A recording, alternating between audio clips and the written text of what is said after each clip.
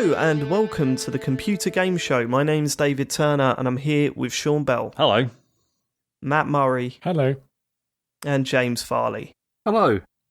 We'd like to start the show, as we always start the show, and by thanking our Patreon producers for this month, the Full Nels crew they are: Aaron Patrick, Simon Nelson, Tom S., Jack Oven, Moomin Biscuit, Richard Sawyer, Dave Ernsberger, Colin Brown, Gazman, Gabby Pereira, Graham McKay, and we have a new Full Nels member. And my word, am I going to enjoy saying this name? Hopefully for a long time. But I like our Full Nels crew to put your hands together and welcome your new member, Teenage Mutant Ninja Turtle Man. Thank you so much, Teenage Mutant Ninja Turtle Man, and all of our other Patreon producers, the Full Nels crew, for supporting us. It really means a lot, means everything to us. And if you support us on Patreon on any tier, we really appreciate it. It keeps us ticking by, especially as we all return to commuting. That's going to hit the wallet. That's going to hit the wallet. If you would like to support us, then please go to patreon.com/TCGS. Take a look at the various different tiers. If you like bonus podcast episodes, you got them. If you like live talks overs, you got them. If you want to join the Full Nels crew, my God, you've got it. All right. So, yeah. Thanks for the support. Before we get to the feedback from last week's show, I would like to announce right at the start of this one that it is a listener interaction special. So if you've come here for hardcore video game opinions, we're probably going to be talking about what games we didn't like and then went on to like a fair few times. We probably got 8 of those questions in this one show. So I apologise for that. If you like what you've been playing, then we're not doing it this week. I can't Is believe that right? in the week that there was the Mass Effect remaster, and you three love Mass Effect, there's just no discussion. Yeah, well but I'm not... Well, we played it. We played it all. And Famicom Detective Adventures. Or whatever, that was... All right, James, sit down. Listen, we've played them all, Matt. We spoke about them at length. Yeah. I don't know what else we could add. All we were going to say, right? Here's the conversation. Here's what it would have gone. Sean, so, I've been playing the Mass Effect collection. You've been playing it? Yeah. Looks a little bit better, doesn't it? Yeah, some bits look a bit worse, but some bits look a bit better, yeah. Yeah, have you noticed it loads quicker? I have, yeah. That'll be the SSDs, won't it? Yeah, it will, yeah. Matt, what you been playing? Like, that's it. That's how the conversation there also would have been... Matt, are you going to stream this game? As you said that you would ages ago. Yeah, what happened to Matt Effect? Yeah. Oh, mate, that's still on the table. It should happen. Should be, absolutely so good. should be. I'd love to see Matt go through those games. They're so good. Actually, speaking about that, I've seen, obviously, a lot of people talk about it, it's out and whatnot, and I've seen a lot of people say, oh, that's Mass Effect done. It's like, hey, is Mass Effect really short or something? Yeah, they're not massively long games. I also thought they were like 60, 70, 80 hour RPGs. I mean, they can be. No, you could do it in less than 30 hours. Yeah, you could definitely do a Mass Effect in 60 to 80 hours, no doubt. You can spend that amount of time on there, but you'd be really scraping the barrel for content. Especially the first one, like a lot of the side quest stuff was pretty shit. The only thing is like the loyalty missions for each crew member, like treat them as like part of the main story, even though they are technically definitely optional, for number 2. Yeah, definitely for number 2. You got to do them. Yeah, Matt, you're doing this. You'd love it, man. Yeah. But I've seen people finish it already. I was like, wow, that's okay. Some people are nerds, though, Matt. They do play a even lot if it's of like a computer 30-hour games. game. I know, but people can knock that out in 2 days. Matt, come on. You completed Final Fantasy VII over a weekend. Like once. That was different. Also not Matt, true. you should definitely do this because you'd love it. The viewers would love you watching making the moral choices. But what do you think happened with Dark Souls when you streamed that? I know. Exactly. I mean, that was literally over a year, wasn't it? Probably around. Was it 8 to 9 months? Matt. Yeah, I just had a look. Right, cool. Mass Effect, the first one, you can do that if you mainline it 17 hours. Okay. And then like Mass Effect 2, 24 hours. Like if you mainline it. And the third one, also 24 hours. You could do the whole thing in like not that long. It would be fine. I'm just like, did you notice James's maths just failed him then, and he was like, "I'm going to add this. You could do that in not that long. Yeah, exactly. In time. It will take a specific amount of hours to do it, Matt, okay? Right. Just enjoying the image of Matt making some of the difficult story choices. I think it'd be amazing. God, yeah. Oh, no, what I'm looking forward to, if he does it, is the final run in Mass Effect 2, because ain't no one surviving that. There's no one surviving that. There'll be me and a character called Ben that no one's even seen in Mass Effect before. So yeah, somehow Ben from The Walking Dead is in this. I've managed to save only him. Me and Ben. He's actually replaced Shepard. I was going to say, you can make Shepard look like Ben from Walking Dead. It'd be Ben Shepard. Because he can die at the end of that, can't he? Mass Effect, or she. Shepard can die at the end of Mass Effect 2. Don't spoil it. Oh, I don't know. I can't What are remember. you talking about? Don't spoil it. Well, some people That's are maybe like- experiencing it for the first time now. Yeah, yes, but that is one of about 40 different fucking endings to Yeah, that it's still game, a James. I possible think ending, we're isn't all right, it? mate. I still wouldn't want to know. Yeah, but you have to go out of your way to get it. Like, I mean, you Surely have to that's better to purposely know, try and 'cause get there's that. some actual jeopardy then. incredibly shit at it, Yeah. don't you? Yeah, there's some jeopardy. Yeah? Didn't you think about that Jep? Yeah? Shep's in Double Jep. Jeopardy. You didn't think about Double Jeopardy, did you, James? Right, okay. Listen, let's get on to our feedback from last week's show. Matt, what we got? Yes, TCGS.corrections has messaged on last week's episode. David, Matt, Sean and James all agree that there were no big releases this coming week. This is incorrect, as Mass Effect Legendary Edition comes out on Friday, which people have been waiting years for. I'm sorry. You can't count that as a big release, can you? Nah. It's a remake, a very minor remake of some games. Don't get me wrong, love Mass Effect, love it, right? But they're some very minor remakes of some old games. So I'm not having that. Yep. I'm not having it. Yep. Simon Smegfridge, last week's feedback We've was the had that funniest I can before. remember. We have. Well done, TCGS community. Yeah, well done. Well done, community. Nothing to do with us. Just well done, community. No, Well done. the community smashed it.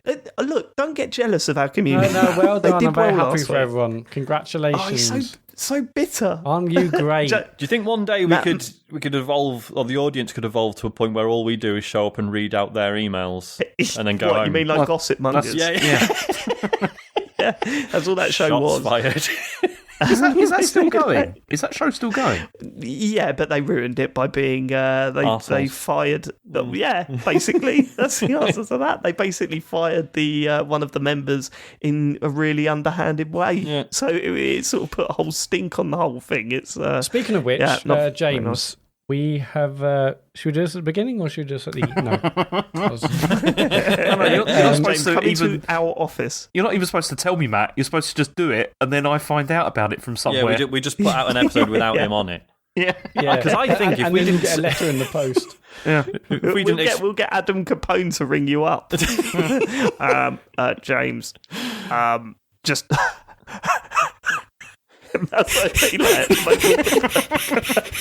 if James wasn't explicitly told to be here every Monday night, do you think he would just not show up? Yeah, if we set up a group with just the three of us, right? And how long do you reckon it would take for him to realise? I don't know. You go, I didn't Couple of know you weeks. used to do something. I swear you used to do something on Mondays. He'd notice when he doesn't get his Patreon payment at the start of the month. Yeah, No, it absolutely. wouldn't work because it's part of. I mean, preparing the news is the part of my that's Sunday true. evening routine. So Yeah, it's yeah, like I'd miss that. Is it? There's a routine. Hang on, Yeah, but Sunday you evening? know, you only do it for like 10 minutes. What do you mean Sunday evening? I Yeah, thought he you did does it well ahead of. I No, he thought does you- it well ahead of time. I thought you did it like in the week so you can practice. It Yeah, depends. technically, you should still be doing it now. Well, that's the thing. You should It's still be writing the news now. that's what's most annoying though. Is like if I've done it, it's all prepared, and then I'm thinking, great, that's off my plate. I haven't got to think about that now. And then things happen during the day. Do you know what I dread the most? I dread the most is getting a message on WhatsApp from Matt with some news, and it's just like, oh, It's always me. Do you know what I dread the most? The amount of times you've mentioned that on like concurrent shows. Like, what are we up to now? Like, you always moan about having to add some news in on a Monday. It's annoying. It's that has really become annoying. A catchphrase. it's really Can annoying. we, we're doing new T-shirts, Matt. Can we? That's got to be the first one, isn't it? Oh, you know what I hate? when news breaks on a Monday, and it's like the classic James Farley catchphrase now. It's like, I don't believe it, but for James Farley. I don't want news. Okay. Famous. Should we move on? Lars Headerdam. Hey, gents. From last week's discussion on GTA 5, Sean mentioned that there were a lot of jokes which would not have aged well. That is absolutely fair. Some things we previously imagined would be a laugh forever will not be funny tomorrow. Cue Matt, February 2020. I can't wait to this pandemic lockdown. Yeah, that was anyway, it was very different. He didn't say I can't wait for it. He said this is exciting, isn't it? So I said, exciting. it's exciting, we went, what? You went, it's exciting, isn't it? If you think about the true sense of the word, it's exciting. And people going, no. I love it when we get breaking news. And Sean went, not when it's horrific news every day, Matt. I think that was how the conversation I maintain I fucking love breaking news. Although I watch so much news, it kind of takes the edge off now because everything. You watch news on any channel and everything's. I was like, this isn't proper breaking news. I want a manhunt. I don't want someone done a fucking statement about something. Anyway, Okay. but it was exciting. But let's move on.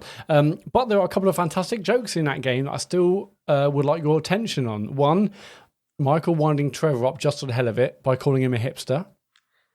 Yeah, that's okay, isn't it? Shifting character to Trevor, zooming in on him under the pier with a guy tied to one of the pillars, and Trevor saying, and that in a nutshell is why trickle-down economics is a load of shit, and walking away. Look, there's still some funny stuff in there. Oh, God, yeah, there's loads of funny stuff. Yeah. We're not writing it off at all. No. But there's just, you got to remember, that is an old game now. That is an old game. It's crazy how old that game is when you think about it. It come out on the free fucking 60. Yeah, man. And the PS3. We're up to PS5 now. Do you know what I mean? And it's one of the big releases. Free. Yeah, it's coming out. Again, another big version of it. They're really promoting it. I mean, it started a state of play, for goodness sake. That's how big it is. I still think, even back then, the scene, and if you... I'm worried about spoiling GTA 5, don't worry about it. The scene where Trevor just cuts up that couple was weird. I still think that was completely out of the blue and unnecessary. Do you mean the hostage stuff? No. It's when... Do you remember he gets friendly with this guy... And they were like setting up base in his flat, and he was freaking out that his wife was going to come home and see everything. And then the wife come home, and he just kills them both. He just it's one of those things where it's like it goes too far, doesn't it? It's just it's just kind of like, what are we supposed to? Why did he do that? It just even seems a bit mad for him. But anyway, good game. Good game. Still, it is aged a bit. Lars continues. Now, GTA 5 is from 2013. In 2015, the World Bank, for the first time in history, publicly denounced trickle-down economics. This was momentous for the world. I'm not saying GTA 5 changed history. I'm also not saying it didn't. Have the best week, guys. From Lars. Everyone knew trickle-down economics was bullshit anyway, right? When they came up with it in the 80s. Incredibly wealthy. Yeah. Here's a question. GTA 6, yeah? Do you reckon we'll get to play as a female protagonist? I mean, it's about fucking time, innit? Yeah, I think we probably will. I know it sounds weird, like Rockstar are, they're bad in some, but I think that would really appeal to Rockstar would do, right? Mm-hmm.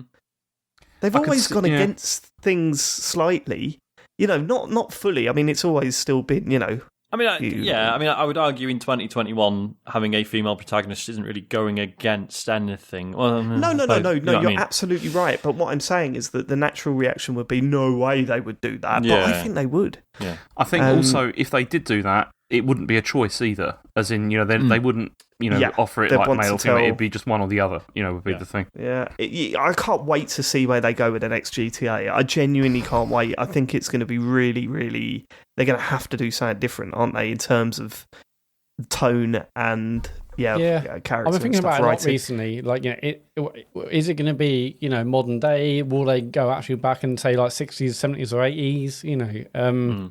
Watching that video that's posted around online the other day about the AI that kind of reproduced photorealistic version of GTA. And that's amazing. Oh, God, yeah.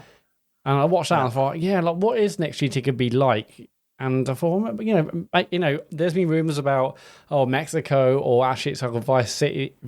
Yeah, they're saying Vice City in some ways.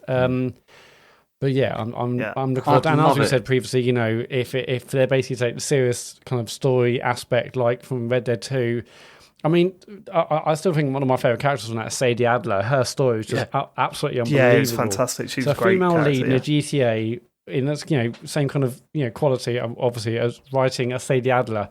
Oh my God, how can that not be exciting? That'd be amazing. Absolutely. We'll see. Yeah. I mean, this isn't like a E3 predictions thing, but do any of us think we'll hear something this year? No chance. I believe it was my 2021 prediction, Matt. It was one of mine. Do you think we will? Yeah. Well, why do you say no chance, James? Do you remember our first show of the year? We all did predictions for 2021.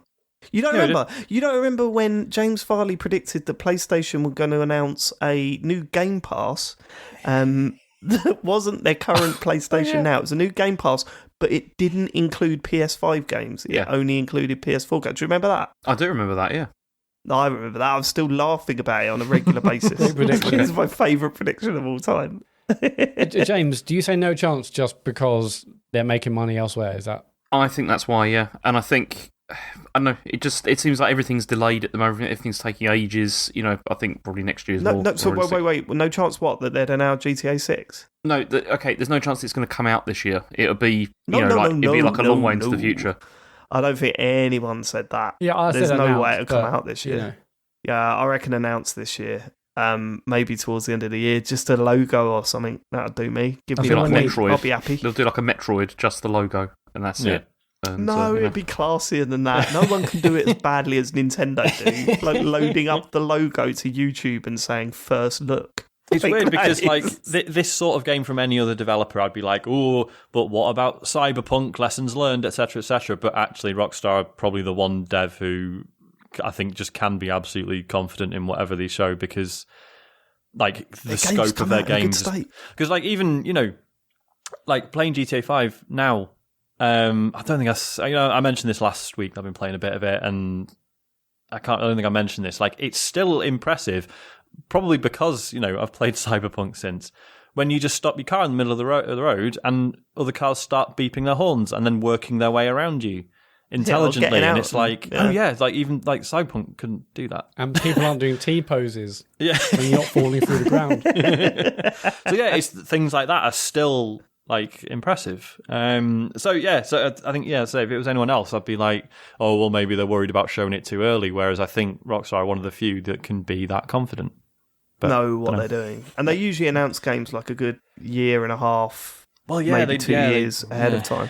Yeah. We knew Red Dead Redemption 2 was coming way before it came out. Mm-hmm. So I could see it. I could see it. Yeah, I'm excited. LA Noire 2, baby. They've got to get a new GTA out on these consoles, haven't they? What were they doing on the last ones? No, that's what I'm saying. So they didn't do it on the last gen. Yeah, they've effectively skipped the generation. They've got to do it this gen. Yeah. No, but they had Red Dead, didn't they, last gen? They had Red Dead. Yeah. Come on. All right, let's move on. Yeah, GTA is one of the few ones that I'm so pumped for whatever they do because I know it would be great. The slightest hint of trailers coming. Yeah, I mean, when we were talking about Red Dead on the Game of the Year show, you were complaining about how they do the same game every time and we're still waiting for a new version of their game. Last-gen mission design.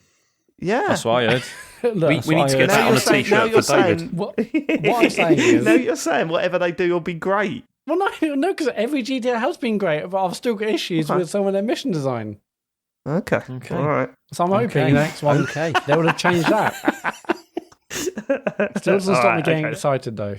You know what I mean? For the possibility of something that isn't There's no stopping that, Matt. There's no stopping the Matt hype train. He's on board. Gasman. Hi, guys. Last week, MC Krabuffs asked about dream sessions about computer games that wasn't real. Nobody pointed to the obvious, so I will. Are you trying to tell us that Sean never dreamt of Bayonetta, boots and everything? Keep up the good work and lies.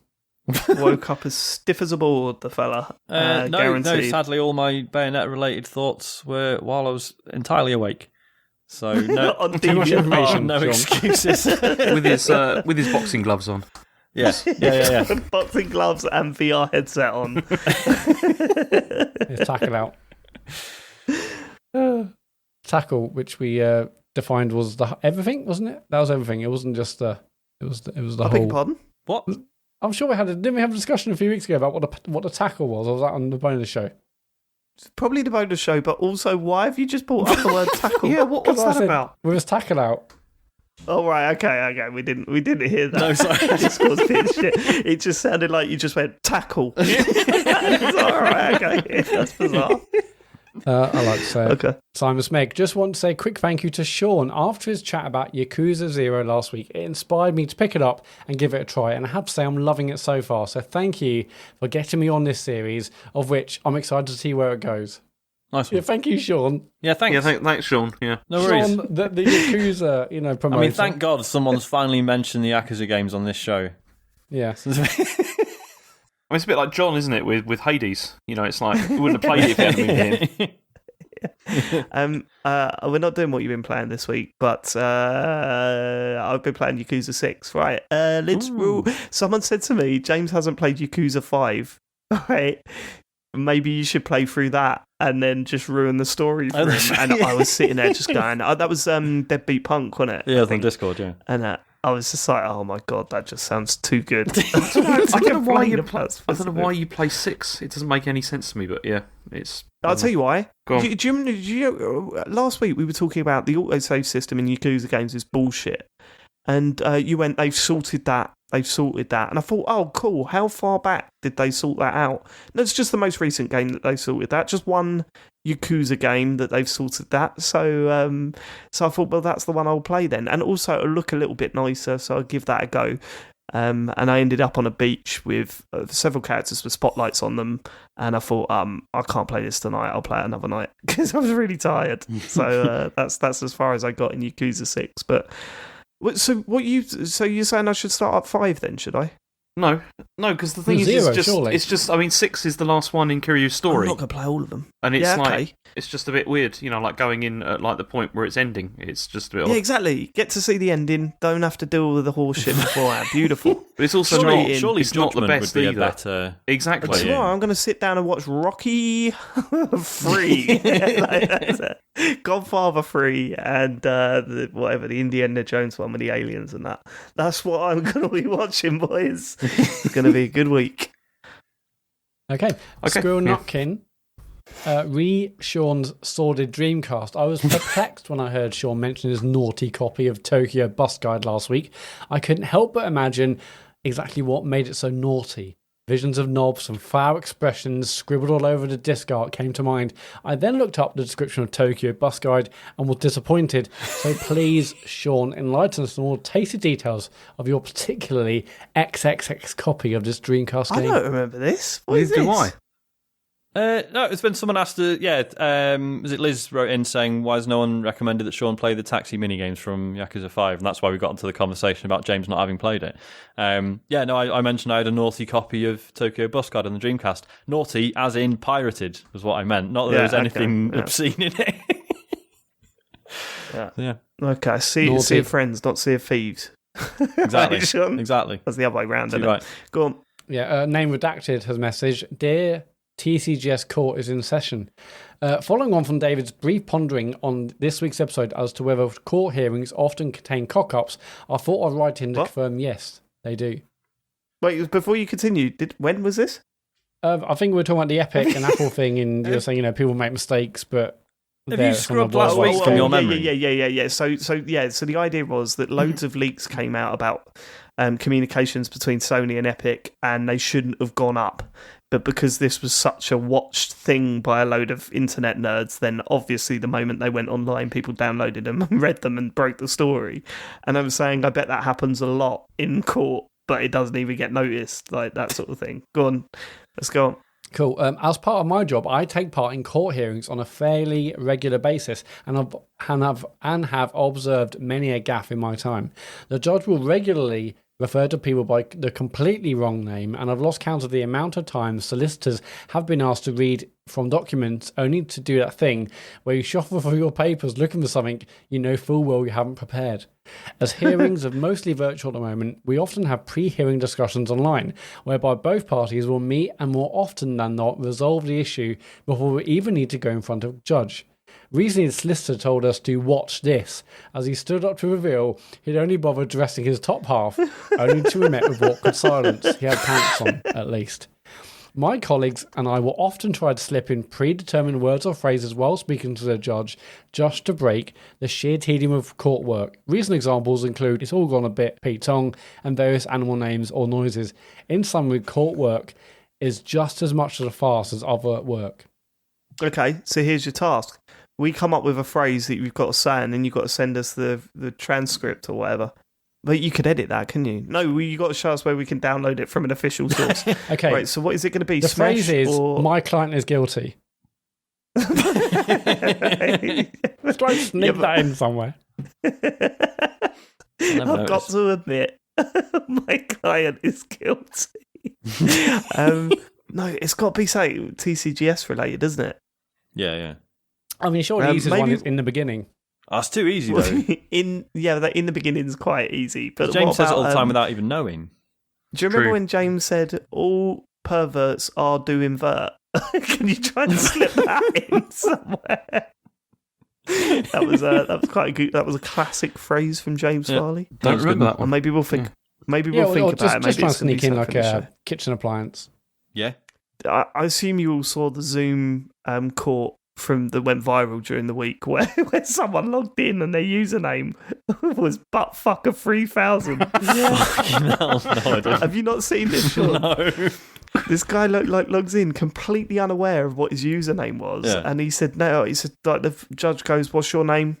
It was Nathan such and such, sir. He goes, "So your name's not buttfucker3000 then?" And starts having a go at him and kicks him out the fees. How and then many- he comes to my court like that. How many listener pieces of correspondence are we getting next week with the name Buttfucker3000 on them? All you got to do, go to YouTube only, please, and search Buttfucker3000 and watch I'm still going to be a bit clip. anxious searching for that on Yeah, YouTube. no, trust me, it's all that comes up. We're all good. Okay. But that's a particular Zoom favourite of mine. Is that it for the feedback? That is it for feedback. If you want to leave us feedback or any questions whatsoever, go to tcgs.co/dear-tcgs. Cool, we're doing the news. Don't worry, we're doing the news. James Farley, what you got for us, mate? Would you like to know how E3's virtual event is going to work?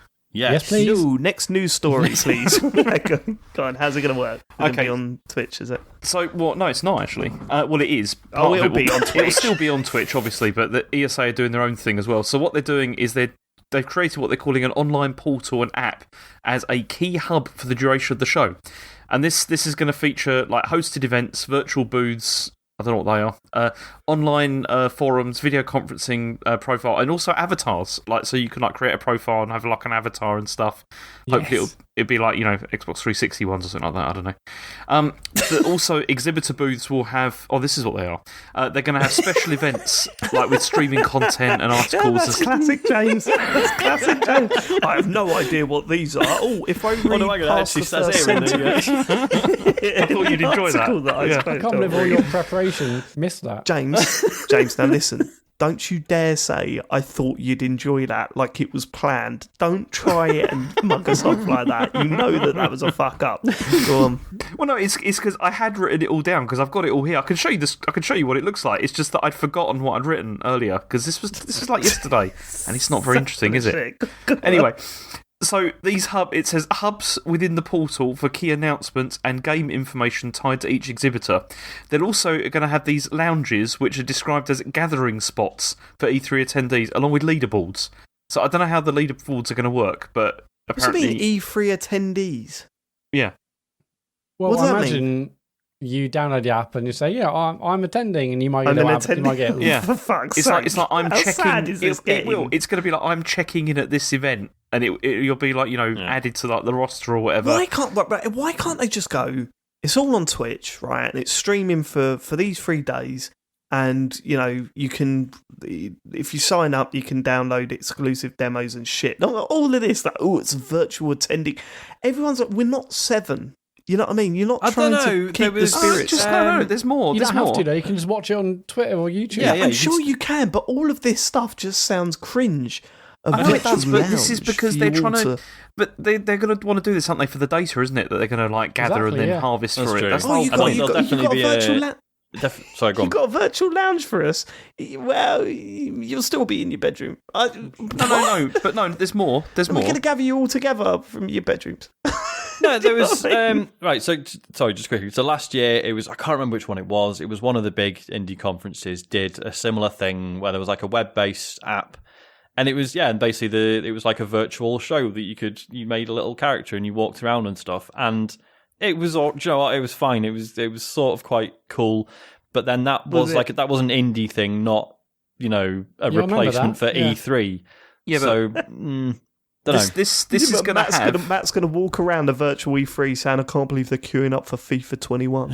Yeah, I can't wait. Guys, actually, I attended E3. No, Matt, you went on. No, I attended. Like, I went.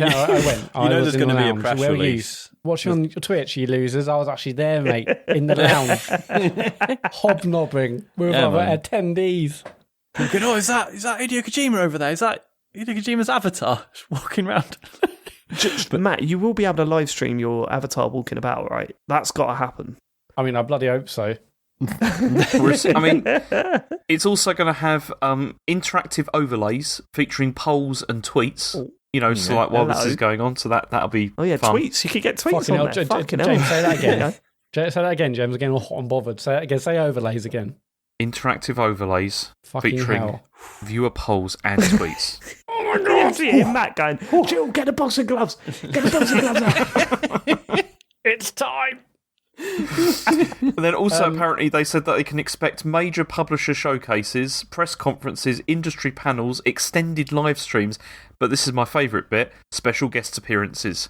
And so apparently they've already got Alex Golden Boy Mendez. I don't know who that is. Don't know them. I actually worked with him this year. Great guy. Okay. All right, mate. Jackie Ying, and also Greg Miller. So they're going to be hosting.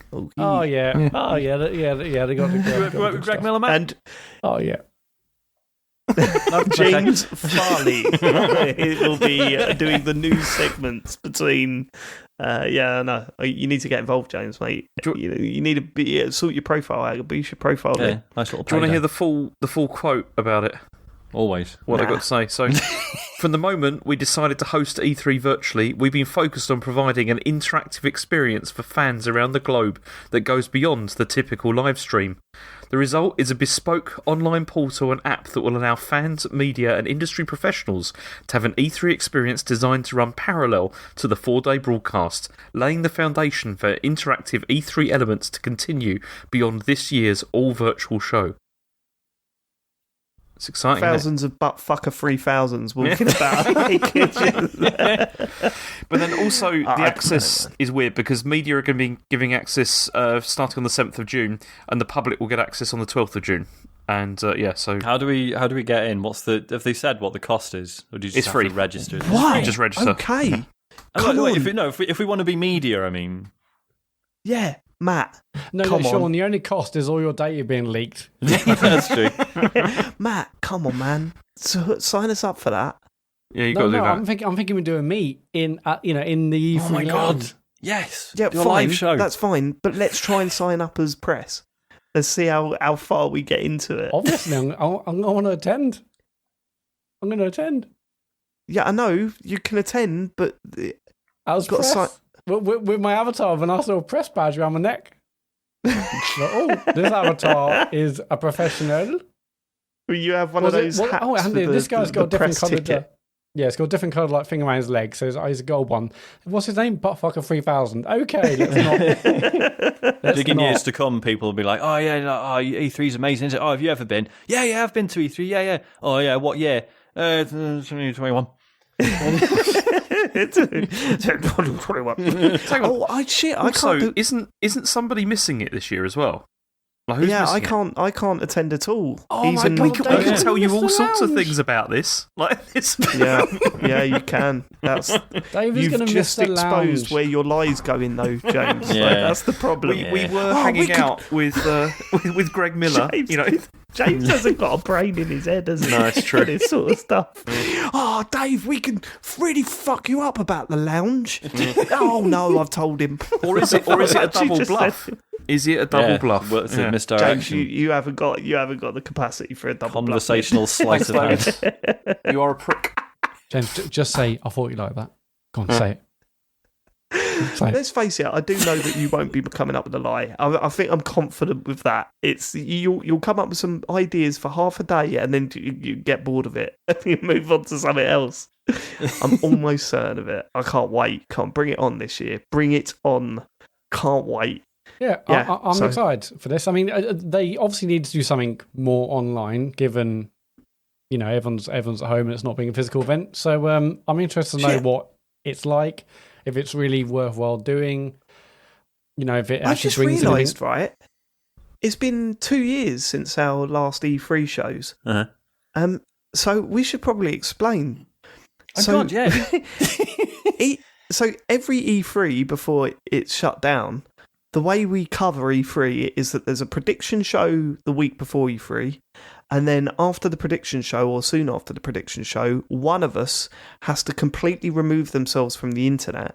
Or, not really, the idea is that you have to avoid all E3 news. So, by extension of that, you're deleting Facebook, you're deleting Twitter, you're not going on any news websites, you're kind of taking a huge step back from the internet over the E3 period. Then we record a show covering E3 with the person that's removed themselves, and we've had some beautiful moments in the past where James was convinced an F-Zero was coming out, and the reason why he was convinced is because we created a fake trailer for the new F-Zero game and sent it to him.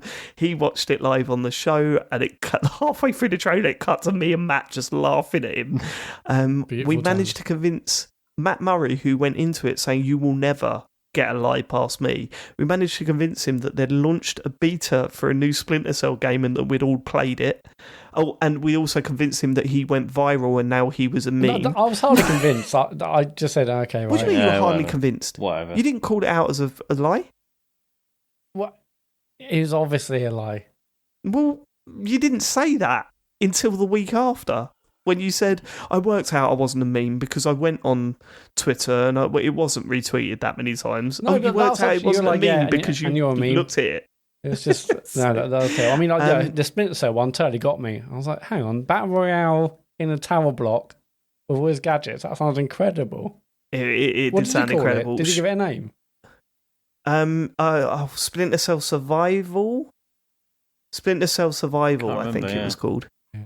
And then Matt and when I was off, Matt and James tried to convince Sean that Microsoft had bought From Software, wasn't it? Oh yeah. There was that one. The one we did get you on was the Perfect Dark. We said there was a new Perfect Dark game had been announced. That was to me. Yeah, you convinced me that there was a Perfect Dark coming. Mm-hmm. So Sean was the only one that called it out straight away. I think he got away with it. Yeah, but then I just didn't believe loads of things that were true. I was just that paranoid. I was just wasn't even listening. I was like, no, this is all bullshit. There's no way Keanu Reeves came out on stage. You're fucking talking absolute shit. Oh yeah, even the things that are really like, yeah. But I will say this: look forward to our E3 shows because they're good fun, and they're back this year. They are back, so I'm excited for that. Okay, cool. Is that enough E3 chat? Yeah. Although, do you know who's not going to be at E3? Go on. EA Play. Yeah, but they never are. Yes, they are. They're usually okay. They're usually about 3 days before E3. This time it's a month after. And they're doing it a month later. Yeah. Okay. Well, do you know what? I'm fine with that because the EA stuff at E3 has never been really part of it, is it? Is it? Well, it's definitely been part of it because that was something that would often be the first part of the weekend, wouldn't it? Yeah, that was like the Saturday or Sunday. I'm talking about for our show. The only time we had a good bit of content was when that Jesse Wellens guy come in and completely shat himself on camera. That was also a time where 1 year we said, okay, who's going to come on stage? Jose Mourinho. Yeah. And and he came on stage, called it out. On stage. Yeah, we said that, did we, Matt? We said that. We as a collective. I believe that was my point. If I remember But just before we correctly. get onto the EA Play stuff, so obviously loads of other people have also confirmed they're attending now. So really, like Ubisoft and Capcom, obviously Microsoft and Nintendo. So really, it's just EA and Sony who aren't, right? Everyone else is in, it seems now. I think so, yeah. Which is good. I mean, Sony will probably do a state of play at some point. We know what EA is doing, so it's not like the total disaster we might have feared a few weeks or months ago. Everyone is mostly in, apart from the two, which is not a big surprise that they're not in. I really, really hope that Sony do it very close to that weekend. I really do hope that they're part of that buzz of that weekend, but who knows? Who knows? Have we heard what Jeff Keighley's doing yet at this point about all this? He's doing something, isn't he? just He's crying. Yeah. He's doing something. Yeah. We're doing a 140-day live stream at Breaking the Record.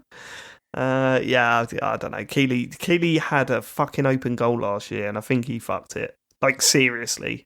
Should have condensed it down to a weekend. Yeah, it was just too spread out, They did have that brilliant... Is that when they had the brilliant sort of DualSense thing that they showed with that guy? Yes. It's Yes, just it was. saying how it felt. And it's this feels... yeah, that was right. This feels just like walking on ice. Oh, this feels just like walking on sand. No, that was Sony's own thing, wasn't it? Was it? I thought it was Greg Miller doing that. Not Greg Miller, Jeff Keighley.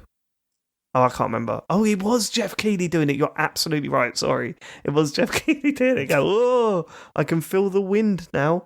It's like, okay. This is a great video, Jeff. Well done. I got him. Okay, the Fall Guys studio has accidentally leaked their source code onto Steam. This was obviously Mediatonic, and apparently it happens by accident during a Steam update. It was deleted very quickly, but not before, obviously, it was noticed. And I think it was... How do you do that? What do they mean? Well, what it was there was a directory in the update that was called back up this folder, but don't ship it with your game. And Brilliant. that's... Well, in their defence, that's just a default thing, isn't it? It's not. Yeah, they I don't know, call it right, that. right. It's quite funny. Whatever you do, don't upload this to Steam. But if you're a consumer reading this, do not open this folder. Click. Like it's an invitation. Please delete Dropbox right now. So as Sean said, it's also generated by Unity, and it's basically got all the C++ code and everything in it. And so it went up there, and then they took it down. But then the problem, I mean, as people have said, the problem with this is that Fall Guys apparently, almost every single multiplayer game has problems with cheaters, and this is going to make this even worse because people will look at the source code and then try and figure out ways to screw it over. I have seen people cheat in that video game. You have? Legitimately. Yeah. Oh, God, yeah. You know the one. Yeah. I've seen you know clips and the stuff, level where you jump through, some doors are fake and some doors are real. Mm-hmm. I was blown away because I was running behind this guy and I was like, he's hitting the correct doors every single time. And the odds on that are insane. Yeah. And he was just beelining for him. It wasn't there was no hesitation, straight to the correct doors every time. And I just ran behind him and, got through to the next round. But So you're saying... could just say, definitely cheating. So you basically cheated by proxy, and you think that's okay? That's you true, were yeah. riding his cheating coattails. You won because of a cheater. Yeah. Oh, I didn't win. Got knocked out in a later round. Okay. But I took advantage of that round. Yeah, sure. Why wouldn't I? If you've got someone in front of you running through every correct door, why are you going to go, actually, I'm going to go to the door that isn't? I'm going to go into the wall. What the fuck are you talking about, A man? little thing I call sportsmanship.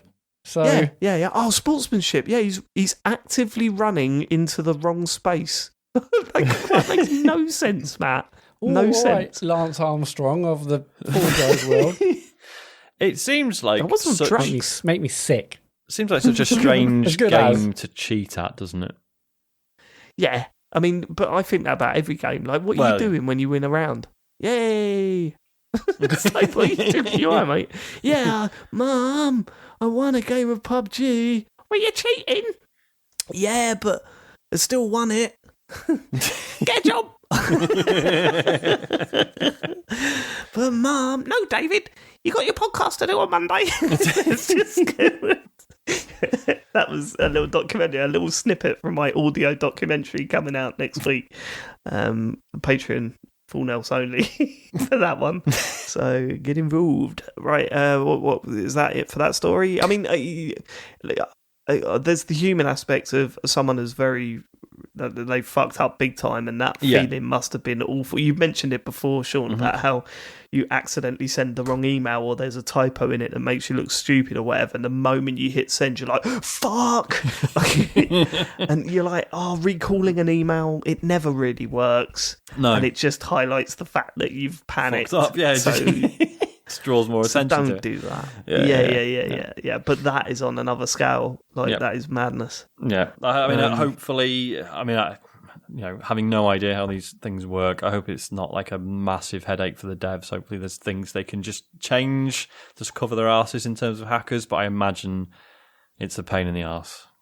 Yeah, for sure. Shame. Yeah, I can only see that delaying the other platforms further, if anything. Okay, Sony has got 25 first-party PS5 games in the works, apparently. This is according to Herman Holst, who's the head of PlayStation Studios, and he said this to Wired.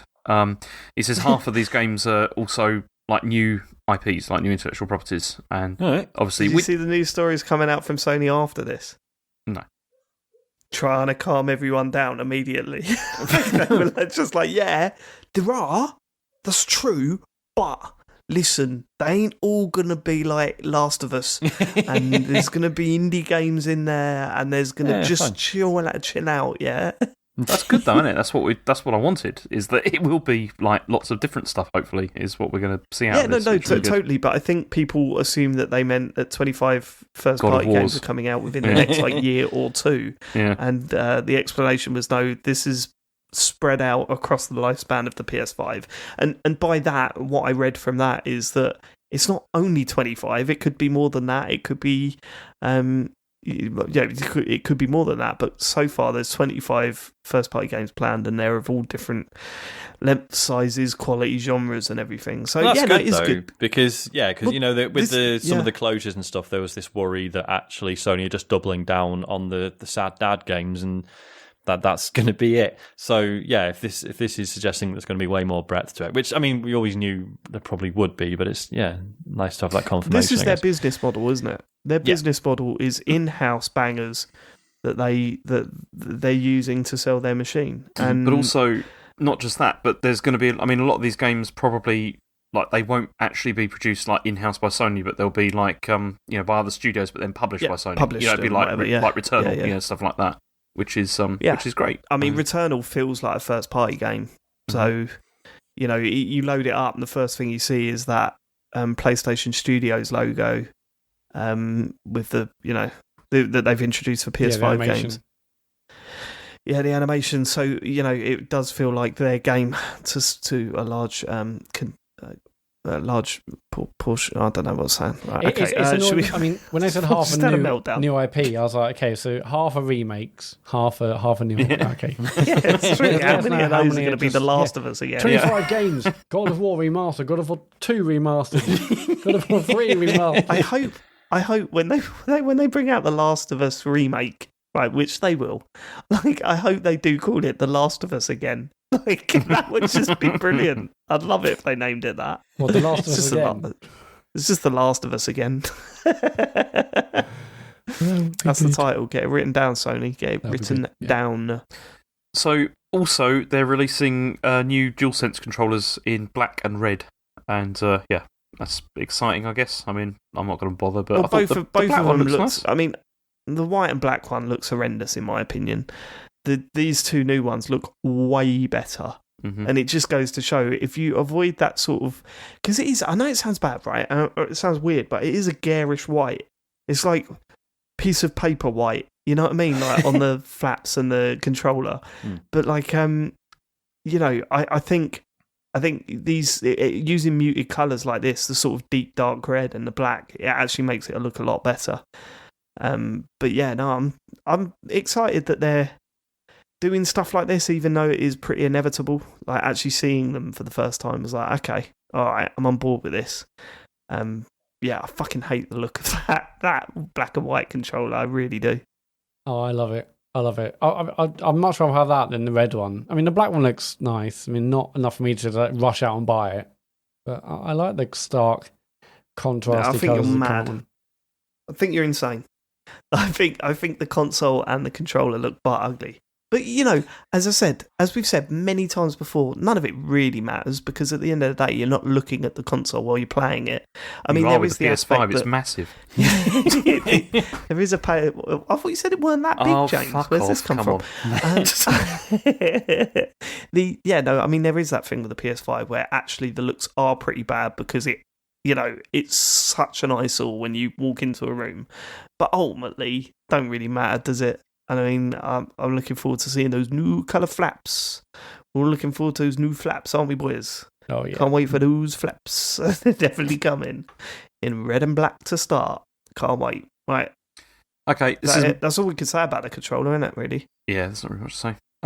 This is the last story, and they keep giving these to me every week. It's a Stadia story. Sorry, James. Who's they? Google. The keep Google? giving these. Yeah, they keep giving me these stories. Just through the post. The Google. I didn't say the Google.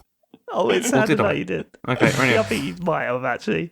Okay, if I did, that's brilliant. If I did, that's I'm brilliant.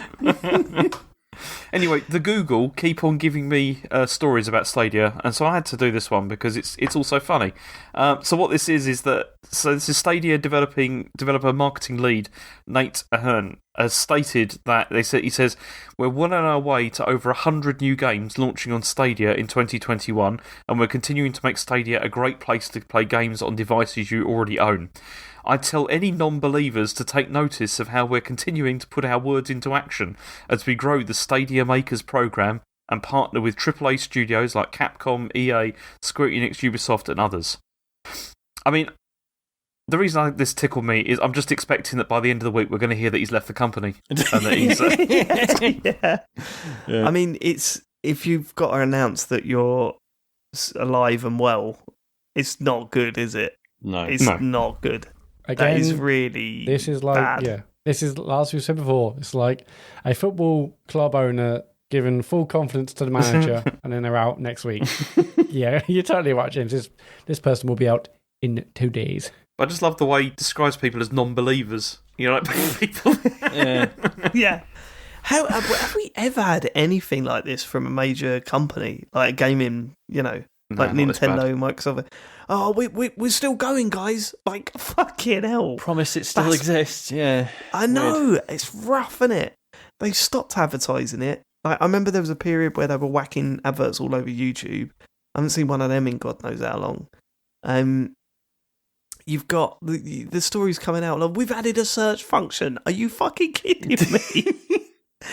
It's all the buttons work now. Like, it's wow. We're going to be talking about Stadia for a while, I think, in the same light as Ouya. Which it's also we never mention. It's the way that he says, like, we're talking about like 100 new games in 2021, but like, how many of those are actually new games, and how many of them are games that have been out on like Xbox One? It's rough times. They've made a lot of weird business decisions along the way with that system or with that platform. It's just fucking. I know, like, it's always mortifying when people on podcasts claim to know what massive corporations should do. But I do feel like any of us could have fixed Stadia. I'm sure there were people within Stadia going, this should just be a subscription service. Yeah. And maybe we should make it PC based rather than Linux to make things way easier to port things over. That's it. Like, so many of the decisions, and maybe that there were reasons behind those decisions that we could never fathom, but yeah, it just feels like all the mistakes they made are so obvious to so many people. And like I say, it must have been fucking maddening for some of the people, well, for a lot of the people working there. Do you think it was blind arrogance? Like, yes, absolutely, 100%. Everyone's saying you should use PC, you should make this. No, we're going to do. Why would we make a subscription when we can sell games for 50 quid? And people are going to love whole this. Why would anyone think the games would be cheaper? Thing. It's like, yeah, that was bizarre. So Yeah, it's just weird. I'd love to know their active like users like now. Mm-hmm. Like how many people are actually using Stadia like now around the world? Yeah, that'd be. I'd love to know. You know, the guy who lives around the corner and absolutely loved his. Oh, I mean, yeah, as I mentioned, he stopped inviting me to his Call of Duty nights. Don't know why. Probably heard me talking about him talking about Stadia. Yeah, because he probably called you a non-believer. Yeah, probably. It's like Scientology. You have to cut everyone out of your life if they're not part of the cult. But I just sometimes wonder, like, sorry for the lack of laughter on that one, Sean. We're all very nervous about that organisation, and none of us want to start getting deference. I think they're doing a great job. What level are you now, Matt? There's no levels to what we do. Okay. I just wonder if he's still keen, if he still thinks it's magic. Yeah, I mean, I don't know anyone like that, and that's part of the problem. Yeah, I've got no one to ask. Well, we will get emails though next week saying I use Stadia and it works. Yeah, it works. We'll the technology is amazing, and it feels like I'm playing like an Xbox One or whatever, in my room, and you can't tell the lag or anything. That's what everyone always says every single time about it. Yes, they do. Right, seriously, when are we going to start with the Stadia news? Like, we're not adding anything. What's the point of reading this on the pod? Matt, all right. When the Google stop giving me news about it, that's when we'll stop. It's just the excitement around Stadia just keeps coming thick and fast. Yeah. As soon as that slows down, stop talking. Matt, why week, you said, I say, hey, how about these stories? And you're like, nah, boring. Oh, but I got one where someone said, oh, no, we've got 100 games coming for Stadia. It's news, Matt. Sorry, Matt. Are you suggesting that we should stop doing Stadia stories because I've just read that they're alive and well? So, I mean, we should be reporting on them, right? Isn't that not... Valid. I just read an article where they were alive and well. Yeah, if they're a competing platform, then I guess I'm in the wrong. So I apologise, everyone. That was my mistake. I misread that. Read the quote again. James, alive and well, was it? Do you want me to read the quote again? He says... just alive and well. I was setting you up for a gag, but go on. Okay. Well, they are alive and well, but yeah. Alive and well. Thank you, we got there in the end. Any more news? Nah, that's it. Slightly concerned, because we've blitzed through the news. We're usually about an hour and a half into the show by the time we finish the news, and now we're already on questions. Have you seen how many questions we've got? Not good. Let's do it. I mean, it doesn't matter if we're a shorter show. It's been getting mental. I think we're allowed a short one. I don't think we'll have Last one, but I think we're 3 hours. Like even I was like, this is too long. Like usually I'm like, nah, that's the cool thing about podcasting, man. You're not chained to the amount of hours unless you're on Dash Radio. I like even last week I was like, nah, that's too long, innit, that one. Yeah. That was too much. God. Okay, so last one now, Sean. Right, questions. If you want to send us a question, go to tcgs.co/Dear TCGS. Dr. Stocktopus has done that. He says, Dear Matthew, Sean, David, and Chairman Wow. Aliens, that's not offensive, is it? I don't think it is. Aliens are about to destroy Earth to make a car park or something. The only chance we have is to send them one game to play that explains why we should live before they get here. What is that game and why? For the purposes of this theoretical experiment, the aliens have achieved multi-format legacy emulation and managed to get a Series X and a PS5 from fucking Argos (Disc Edition). I mean, it's got to be Detroit, hasn't it? Become human, so they can understand, what it really means to be human. Yeah, what it means to be. Yeah. But it's the opposite. It's trying to tell you what it means to be an android. Yeah, but the androids are trying to be human, Dave. Yeah, but the humans are awful to them. It's not very complex, very straightforward. The humans are awful to androids, and the androids are uprising. Like it's like saying, "Oh yeah, we're going to convince you that we're great people by sending you a game where androids are going. Those humans are fucking arse, right?" He's right. On. You've done me. You've done me there. That's right. Thanks, man. Thanks, man. Nier Automata, but I can't really say why because it's a big spoiler. I can't really spoil that game, can I? Especially it's the remake it's of recently come out, isn't it? Or the remake of PS5 version. the first Nier has just come out, and then that might get new fans in, I suppose. But yeah, I got two ideas. Okay. Go. Like, I got two ideas. One would be Cyberpunk, right? So that they play it and go, the human race are not a threat. Don't worry. Have you seen? I thought you were going to say so they can play it run. and go, oh, this will be really good if we let them finish it. Actually, we should probably. No, they'll play it and go, they can't even get this to run in 60 frames. We do not need to worry about the species. Let's save the bullets. Like, that is either that or Mass Effect. To say, look, we go around trying to stop the wars. Yeah? Are the humans the only one that are really after peace in that game? That is like propaganda for the human race, right? No, I think everyone's up for it. There's only like the Krogan are sort of painted as the. Well, we know that, sure. The Krogan are sort of painted as the sort of warlike race, but then even that's sort of dismantled as the series goes on. Yeah, but everyone's warring, except for no one's warring with the Earth. No, but humans. No, because humans have had wars as well. Yeah. There's the human in the first contact war with the Turians and stuff. No. With other races as well. Like they have one with the what's Who do we have it with? Yeah. No, before the games, there's all that lore which talks about the who was it Turians they fought with. It was the Turians, yeah. Yeah, but we're all out with the Turians now, aren't we? Yeah, we are now. The point is, we are now. Like it's real. Yeah. We're called now. Us in the Mass Effect games, which are real, are friends with the Turians. It's fine. Okay. Well, maybe not the best choice then. Definitely not Space Invaders. What if we presented Space Invaders as a threat? We're just like, look, see, we can hide underneath these bricks and just shoot up at you and kill you all. And they're like, fuck this. Like, we ain't getting involved. Like? Is that what you think we look like? You pricks. No, they'll see Space Invaders and be like, they've been fucking training since the 70s. They know exactly, look, they know all our weaknesses, look. They know our strategies. Yeah. Oh my God, have you heard of that guy, Billy Mitchell? That's his name, isn't it? He's the guy with the hot king, sauce. I think. Yeah. Have you seen the fucking points he's got on that bad boy? Fuck this. And away they go. That's the sound of the UFO. James, thoughts? Can I go for Civilization? Because then we can demonstrate, the breadth of human knowledge and experience and what we're capable of. No? We could have easily done it with Typewriter, right? We could do that. Just go, look at all the send Typewriter. These guys are a font of knowledge. James is not convinced by his own idea there, was he? Matt, what you got for us?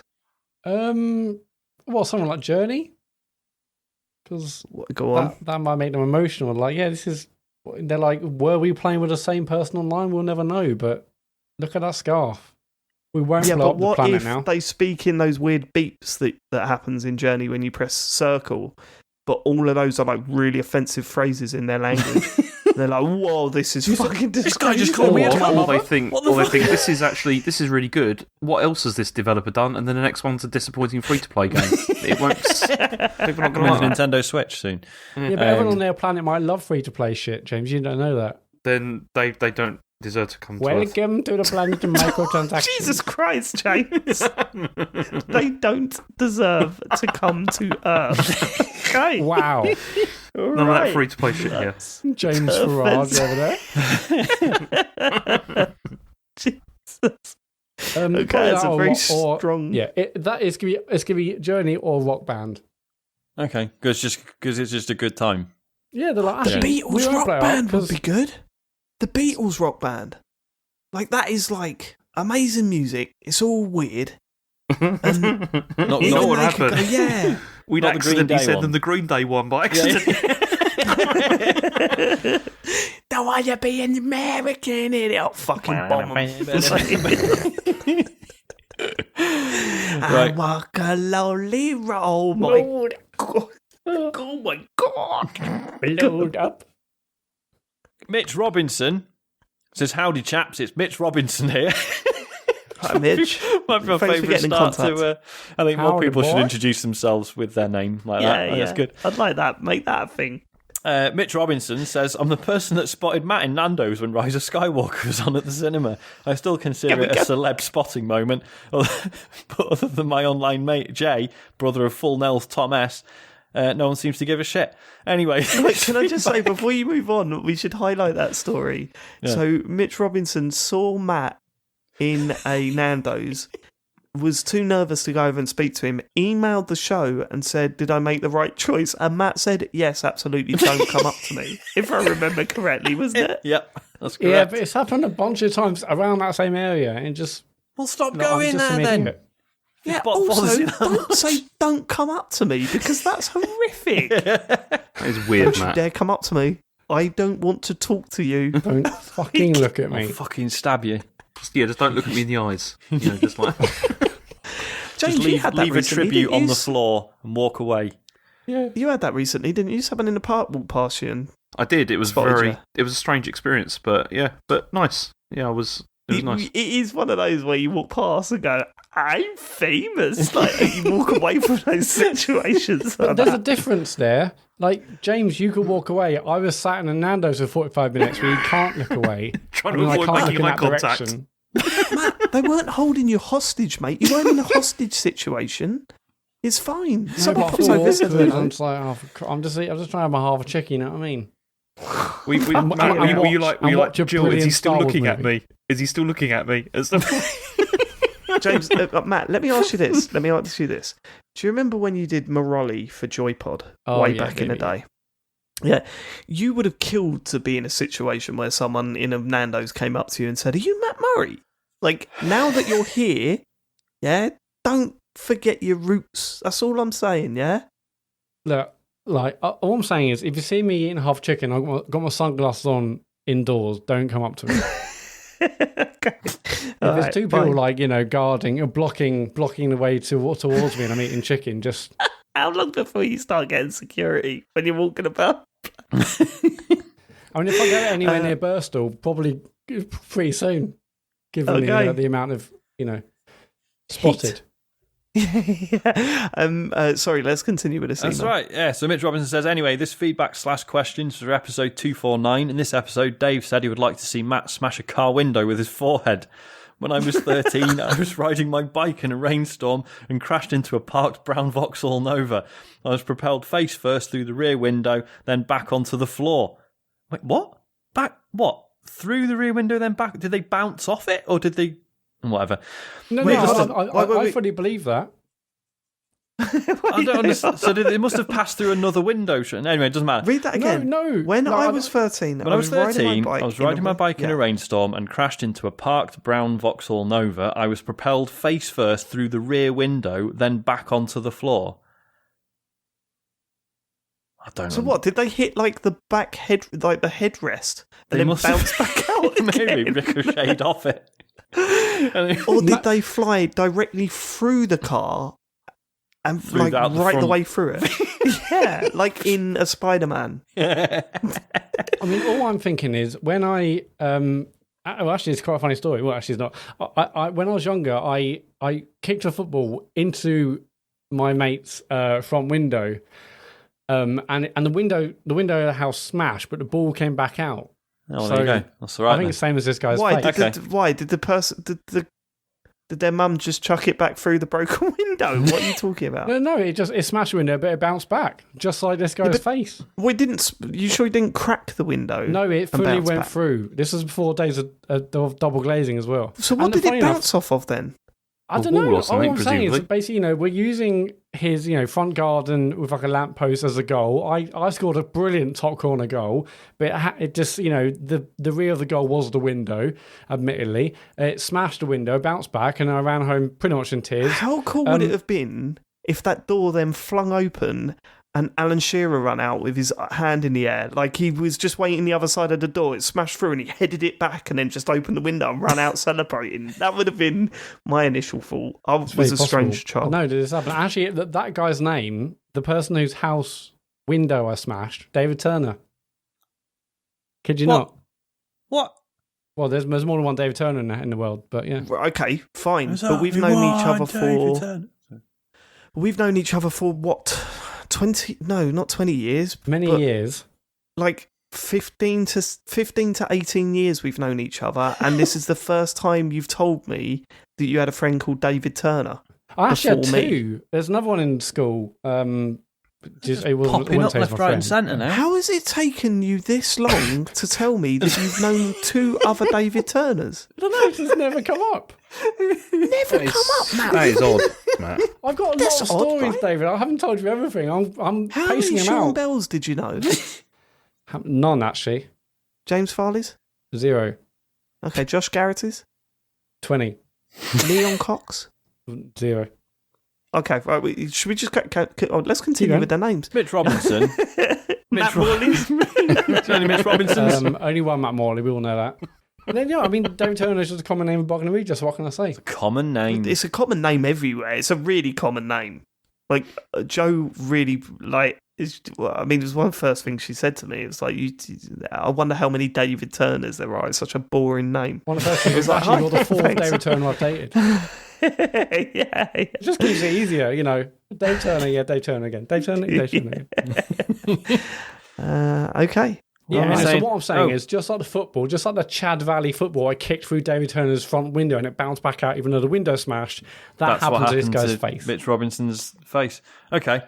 He then says, so it's propelled, face first through the rear window, then back onto the floor. Needless to say, I was in a bit of a shock, which was quickly followed by a river of blood pouring from my face. I was in hospital for several days, having glass removed from my face and the holes in my nose and chin repaired with 42 stitches. Now, 34 years later, I can honestly say that I cannot recommend this course of action, as now my nose looks like a really shit jigsaw puzzle made from skin.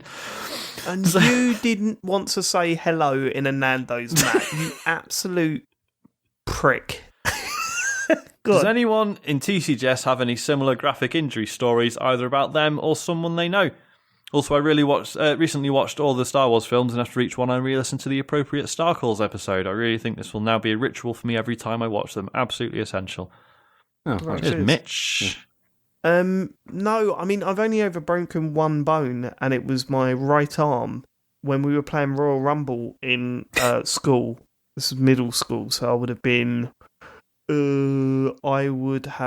young, like 12 or something. And then one of the bigger kids just, instead of, like, Royal Rumble there was a square, and you had to fold your arms and just bump into each other and try and push them outside of the square. Last one in the square wins. Mm-hmm. But this one kid just picked me up above their head and just dashed me out of the square. Yeah, and I put my arm out to try and stop my head from hitting the floor, but then, I broke my arm. Yeah, that's really and that kid What do you mean, fair enough? Dwayne The Rock Johnson. It was. No, I mean, fair enough that your rock. efforts did not, like, get any brain damage. Better that the arm took it than your skull. That was just... Yeah, that was the instinct. I don't think I was flying through the air going, now, if I'm feeling this right, if my head hit that concrete... Well, let's just consider the odds here. Let's just... Yeah, it was like those old American sitcoms where I was flying through the air. It was about this time that I recognised. Yep, that's me. You're probably wondering how... Yeah, I got into a situation... Yes, I was in a cast for a wicked, which was cast for a wicked. I was in a cast for like a month or whatever, which was wicked. You were in the cast of Wicked. I was in the cast of Wicked. I was the witch. There's nothing cooler than turn up to school in a cast. There's just not. I'm sorry. It was worth the pain and the itchiness. It's like everyone's like, "Whoa, my god, fucking hell! It's got a cast," and they all sign it and they draw dicks on it and stuff, and amazing. It's great. I've never had a fun also injury. broke my arm in a horrible way. Did you? Go on. Because I did it at school with, like the wall bars in like a gym. Yeah, I climbed up the wall bars and then I put my arm through it so that, you got like one on one side, one on the, like... Yeah. You know what I mean, right? Yeah. And so I was on there hanging like there, and then the teacher was like, okay, we've got to go now. I forgot to remove my arm from the bars and I just jumped down. And then, it snapped both, like obviously both bones like completely like snapped. Both bones. And I heard both bones. Fucking hell, must have been bad. I heard like the snap, like like the breaking of it. Just sounded like wood breaking. And when I did it, I thought, oh shit, I've broken the bars, but it wasn't. It was my arm. Jesus, like that was Is that in what you pieces, called your arms back in those days? Was it doing all that floppy thing? It was very painful. And then I was sent home, but then my dad didn't take me to the hospital because what? He wanted to finish his food, and then he was like, "I'll take you later." No way. Because no, it's Fair true. play. Seriously, he didn't believe that it was that bad, and so then we You got took to it. finish your Was food, it not though. clearly just hanging by a thread? Was it not No, obviously broken? I mean, it was a bit floppy or whatever, but then he was just like, he wasn't sure if it was actually broken or not. And then we went and we were like, it is actually broken. That is peak boomer parent shit, isn't it? Yeah, but finish your grub. I mean, if the roast was ready, I mean, what can you do? I mean, I think it's because my dad was very casual about anything to do with like things like that. I think it's mostly because my sister went through like open heart surgery and all sorts of stuff, and so anything that was not that serious didn't really register. Yeah, Just exactly. Anything that was like not that serious was not really that big of a deal. It's the thing when I was growing up. So yeah, it was. It hurt though. Yeah, I bet. Wow. Sean, you saying nothing? I stepped on like a really long nail once, barefoot. It's like an inch. I was hoping like you were that. going to say rake then. Yeah, I was expecting I right. turned around, there was another one. Slipped on a banana skin. But yeah, that was about it. Comedy ones, yeah. I'd never had any fun injuries. Yeah. Well I lost a tooth playing British Bulldog in primary school. That's about it. Well, the I think. wrestler. Yeah. I mean, I won obviously, but it took a tooth. Someone died, but Sean lost a tooth. Yeah. I was trying to hammer a nail into the wall, and then I hit my thumb by accident. All the comedy one. What other comedy injuries are there? There's got to be a few, isn't there? I mean, slipping up on ice. That's a good one. Slipping up on ice is a classic, done that isn't a couple it? of times. Good laugh. But you got to run about 8 times. Like you got to be like, and then smack back. That's a good one. That is a good one. Falling off a stage. Oh yes. Collapsing chair. Falling through a bar. Yeah. Oh yeah, of course. Act cool. Play it cool, Trig. Play it cool. Matt, I assume you broke bones every week when No, I've your never broken extreme a bone. lifestyle. I mean, no. What? No, I'd like to see what it feels like, but no, I've never done it. You'd like to know Well, what I think it feels might like. be coming. I think it might be coming. Oh, yeah, go on. You didn't watch their stream this week, Sean. Oh no, I didn't know. Sorry. All right, don't say anything. Don't say anything, Sean and Matt. I want. Sorry, Matt and James. I want to just explain. So Matt wants to buy something. Yeah. He's announced what his next purchase. He's announced what his next purchase wants to be. That's strictly true. Just have a guess. I'll give you 3 guesses. I mean, if he didn't already have one, I'd say it'd be an electric skateboard. Is it in that sort of? But it is in that sort of range. You're in the right I would ballpark. say, yeah. Not a hoverboard. They don't exist. You know what I were mean? They're not travel- actually. No, not the. You know what I mean? The things that they you mean the call bullshit hoverboards, ones? even though they're not actually hoverboards. Like the sort of They're not. Segway style ones. No, not those ones. Okay. No. I don't know then. Go on. Think cool. Think early 90s, late 80s, I guess. Think something a 12-year-old would probably use. 12 or 13-year-old. Like a space hopper. Think sweatbands, neon sweatbands. What the? I don't know no, if I'm this is going lost to give it now. away. Go on. Rollerblades. Oh shit! Okay. Matt wants to get back into, as he put it, blading. All I was saying to James is that I was thinking about it. That's it. No, you weren't. You were saying it more than that. But this is also where we discovered that Matt was still using rollerblades in his 20s. And which was Listen, Nothing they're not a bad way to get around. Oh, come on. He's nearly 40, Sean. Nearly that's true. 40. I'm actually glad you brought this up, David. Because, Sean, I saw on your Instagram about the Yes, mate. scooter. Yeah. Is that your scooter? So Isaac's been absolutely loving his scooter lately, and the other day I was walking him to school and he was on his scooter, and I was just like, Isaac, would you like it if Daddy had a scooter as well and we could scoot to school together? He's like, yeah. Oh, he's angling. So- Look at how he's angling that. Oh, yeah, no, I definitely, yeah. And he said, "Yes, Daddy, it would make the past year of lockdown feel so much better." And so I went and bought one because I'm a fucking hero, Dad. Best dad in the world. I got a scooter and we scooted to school together this morning. It was amazing. I don't think I'd be bold enough to just like go scooting into town on it. I mean, I don't know where I'd put it when I go into Asda or whatever for one thing, but just lock it up with the bikes, isn't it? Yeah, I suppose. Yeah, it's got bike locks. Carry over his shoulder like an absolute pro. Could do, yeah. Imagine all the teenagers locking up their bikes and Sean comes in scooting around the corner, just going, "You all right, boys?" Get his big old padlock out. Yeah, I had one of the scooters when I was at college, and then on the first day I sort of brought into college, my friend Stuart Donaghy rode on it, and as he rode down the hill near college, the little wheel of the scooter like got stuck in a drain, and he fell over and probably cut up his face, his arms, his hands, everything. I thought terribly guilty, but also don't mess with the big boys. This is a horrible section of the show. All we've been talking about is injuries and broken bones and shit. This is but we have got another full name of one of Matt's friends, so I'm happy with that. Yeah, we're collecting them, and we just on the can we do thing. top trumps? Can we do a top trumps of Matt's friends, where we actually get the cards printed up and stuff, and they've got different like danger, and it's like 10. There have to be 3 David Turners. I know, yeah. The 2 of them have just got a big question mark where the photo should be.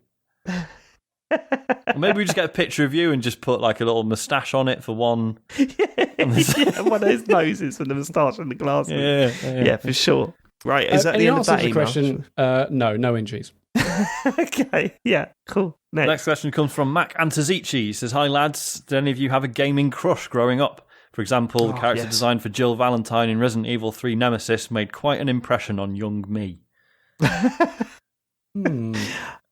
So mine's a little bit of a cop-out on this one. Because it wasn't actually a video game character, but it was someone linked to video games. But I remember opening a copy. I can't remember what magazine it was, but it wasn't... Razzle. Like, I thought it might have been Edge, but I don't think they did this. So it must have been another video game magazine or whatever. But they had an introduction to Nell McAndrew when she became the real life Lara Croft. You know, because they always had a real life Lara Croft doing all the promotional material and that. Yeah. And I opened it, and she, in these photos, she had a completely shaved head, and I was like, "That's my crush now forever," and it has remained with me. Like, honestly, I see Nell McAndrew now, and I'm like, yeah, I would give up everything for you. Do you know what I mean? Yeah. There's something about Nell McAndrew I find. I love her. So when I must have only been about 5 or 6. So we used to get. So this is in the Commodore 64 days. And we used to get the magazine Commodore format, and there was an Elvira game coming out on the C64, and then one of the covers was just a big photograph of Elvira, who, if you haven't seen Elvira, I mean, go and have a Google if you like. Just Elvira? Vampire woman with an absolutely ridiculous chest, the original Lady Dimitrescu, if you will. But so that was that. Yeah, that made an impression. In fact, she was on a recent series of RuPaul's Drag Race, and so I was like, "So, new funny story about Elvira." I've jerked it. Yeah, one of my first. I mean, not when I was 6, Matt, but yeah, yeah, one of my first crushes, Elvira. I suppose. Oh right, oh yeah, I'm with you. I've seen this character before. Yeah. So that was a very early one. There's probably others, but okay. James, what was it? Because what were you? Come on. I don't know. I'm trying to think of this actually because I can't think of We've all anyone. opened whatever. Don't believe you. I'm sure there are. You are a pervert. I just can't think of any off the top of my head. Just trying to pick one specific one that stands out among all. There's too many of them. All of them. Yeah. All of them. Well, there wasn't. I mean, when I was a kid, I mean, it's like, you know, it was like Master System. There wasn't a lot to work with. You know, it's like, you know, it's true. I can't believe there's nothing, James. There is something. Definitely Why would you is. say that? Okay, so this is a man that made sure that he unlocked every costume in Dead or Alive. I was going to say that seems like an obvious one. That was a dark time when that went on. That was because I'd just gone through a breakup and I was just fed up. Okay. And it was a rebound. So don't lie to us. We're all being honest here. So don't lie to us. There was which one in? Well, it was Kasumi for you, wasn't it? In Dead or Alive, that was the one. That you... I've always liked Kasumi. I thought she's pretty good. Yeah. There you go. Pretty good. Sorry. So Final Fantasy X has just appeared on Game Pass, the sort of slightly jazzed up version they released on Xbox and PS4 and what have you. Lulu from Final Fantasy X. Jesus Christ, that was a crush for sure. Yeah, I don't know. I mean, you've referenced it. This is the problem with referencing the characters that I don't know. I'm like, look, there's a lot of people listening to this just went, yep. There's a lot of people also listening to this that's like, yeah, I think I'm done with this podcast now. It's all going to be like this. So there's another hour on the recording. Fucking hell. Go on, Matt. It was definitely one of the Dead or Alive characters because I remember in one of the official Sega Saturn magazines there was like a pullout or something, or maybe just like a supplement. Different I don't know. times, isn't it? Different times. Very different times. Which one? Yeah. I don't know. What'd she look like? I don't know. I just remember it's one of them. That's all I do know. Does nothing. Does nothing for us. I don't know. You've added nothing. She had dark hair. I didn't catch her name, David. There wasn't time for that. No, but you must know what she looks like. What is just a woman from Dead or Alive? Yeah, there are loads of them. Yeah. Exactly.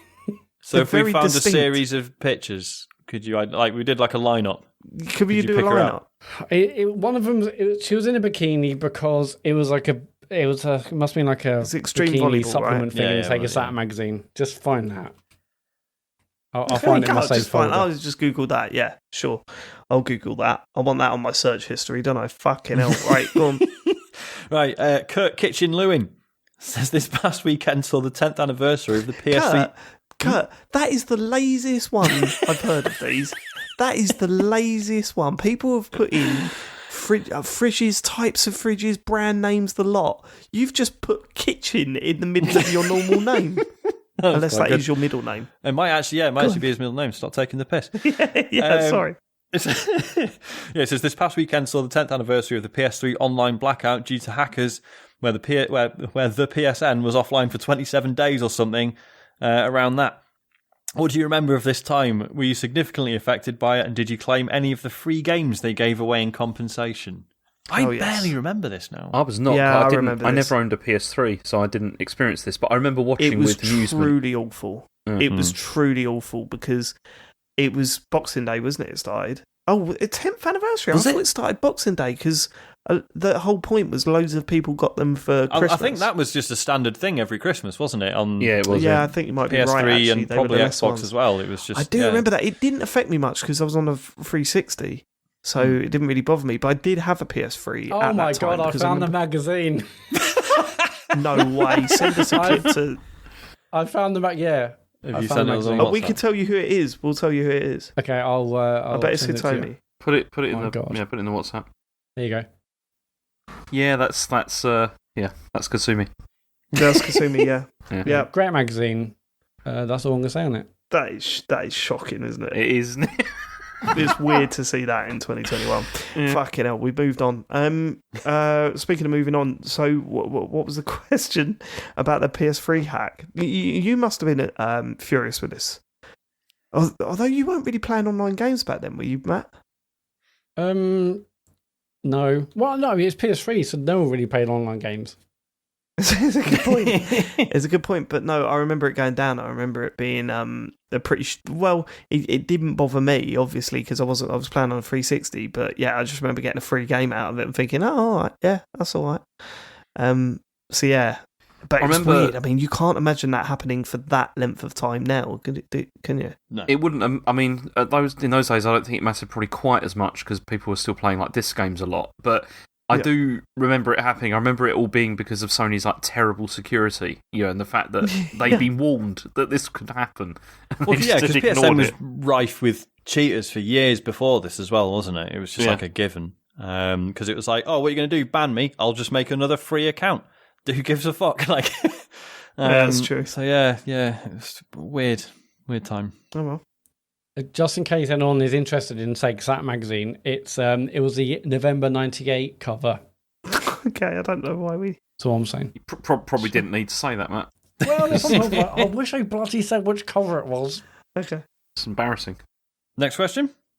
Yes. Yes, Okay. please. The next question comes from Juan Kmiaf. For Christ's sake. So Juan Kmiaf says,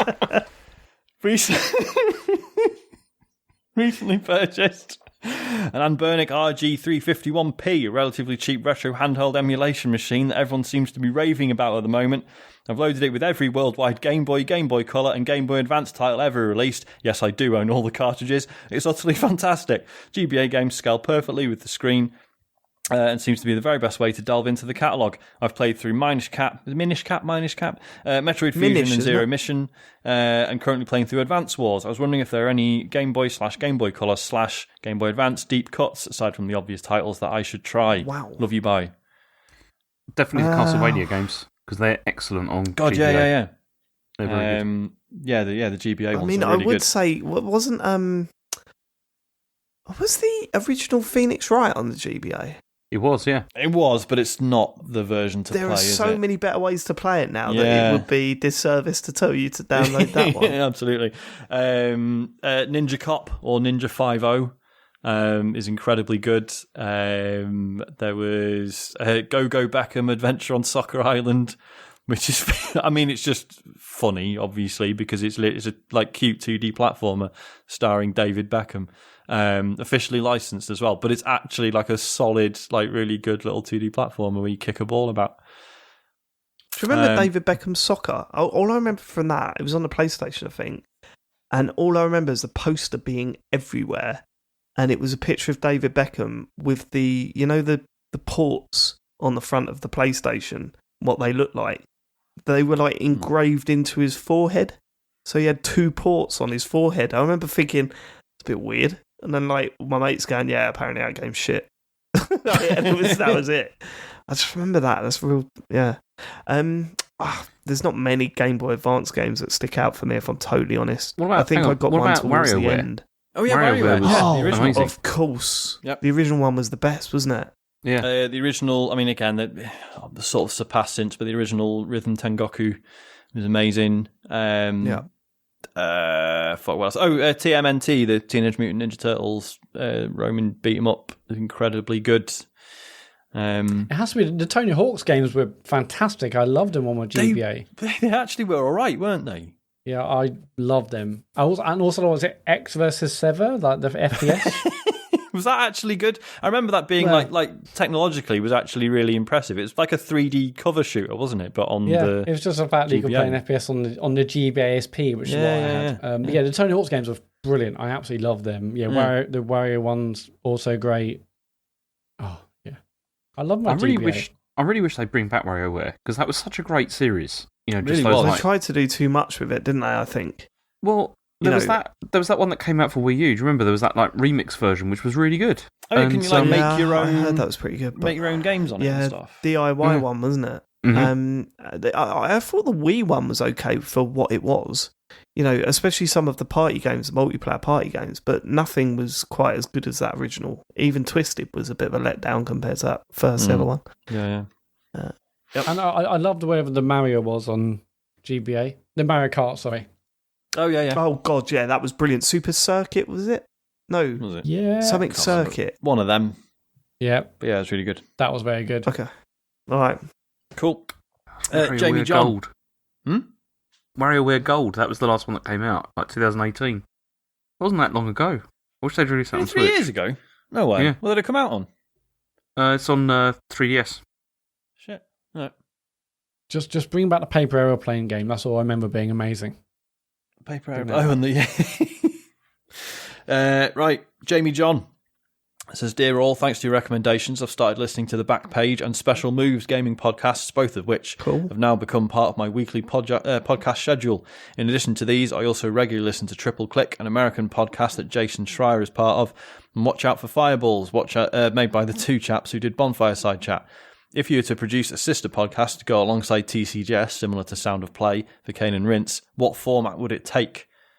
He also says, of all the gaming pods I listen to, I still look forward to yours the most each week, which is very nice of them to say after just saying about how good some other shows were. It's just good to know we're still at the top. Yeah, good save. Yeah. Well, I mean, we have done sister podcasts, Star Calls, Dark Calls, Interface. Lots. They're Yeah, quite Life is offended Strange that spoiler you haven't casts. brought them up. Yeah. Wow, I wouldn't call them a sister podcast. They are very In a much way. this podcast, aren't they? In a way, they are. A sister podcast, maybe maybe a little bit like Sound of Play, but instead of video game music, it's just the Venga Bus song over and over again for an hour a week. Yeah. Someone's got to listen to it for an hour. Yeah, but Could you it get be different the guests one, on. this to came talk up. about This came up in a WhatsApp group this morning. Actually, there's that 1 hour version of like just the intro, where it's just going for an hour. Yeah, just that. I've always wanted to do, but with do Matt over the top reading Sega Saturn magazine. Just Venga Bus in the background. Yeah. I've always wanted to do a podcast where I interview game devs over dinner. So we go to a restaurant somewhere, stick a microphone on the table, and That'd just have dinner. Fucking well annoying. I love I think you interviewing a game dev would be fine. I'd listen to that. Yeah, but thank you. over dinner, because when you think about it, all you're going to hear is that eating fucking on a horrible podcast. sound of a knife on a plate. Yeah, there'll be that and like crashing about in the background and all that kind of stuff. Ambience, So, it's fine. So, what do you think of? What do you think of? No, sorry. Yeah, I'll have the. You'd have each episode would end with you going. What's the beer here? I think it's Courage. Oh, it's a great, is that a local brewery? Great pie So, here. are we splitting it, or should we? I'll get the calculator out. Let's. Sorry, I'll Monzo it. I'll Monzo it. It's fine. Yeah, I do want a pudding, but are you having a? No, I didn't want one anyway. In a way, I don't. Oh no, it's pretty good. I don't. Can we? Tell you what. what, if we both, you get that, I'll get this, and then halfway through we'll swap plates. in a world, no, sorry, we've had COVID now. You can't do that shit. You can't suggest that shit for another 20 years. That's true. Yeah. I mean, an interview show would be the way I'd go, because I think we could do good with interviews. I think they could be quite. Because we wouldn't be sitting there going, "Oh, tell us about this game. What happened when you made this?" And it would literally just be like, James Farley and David Cage.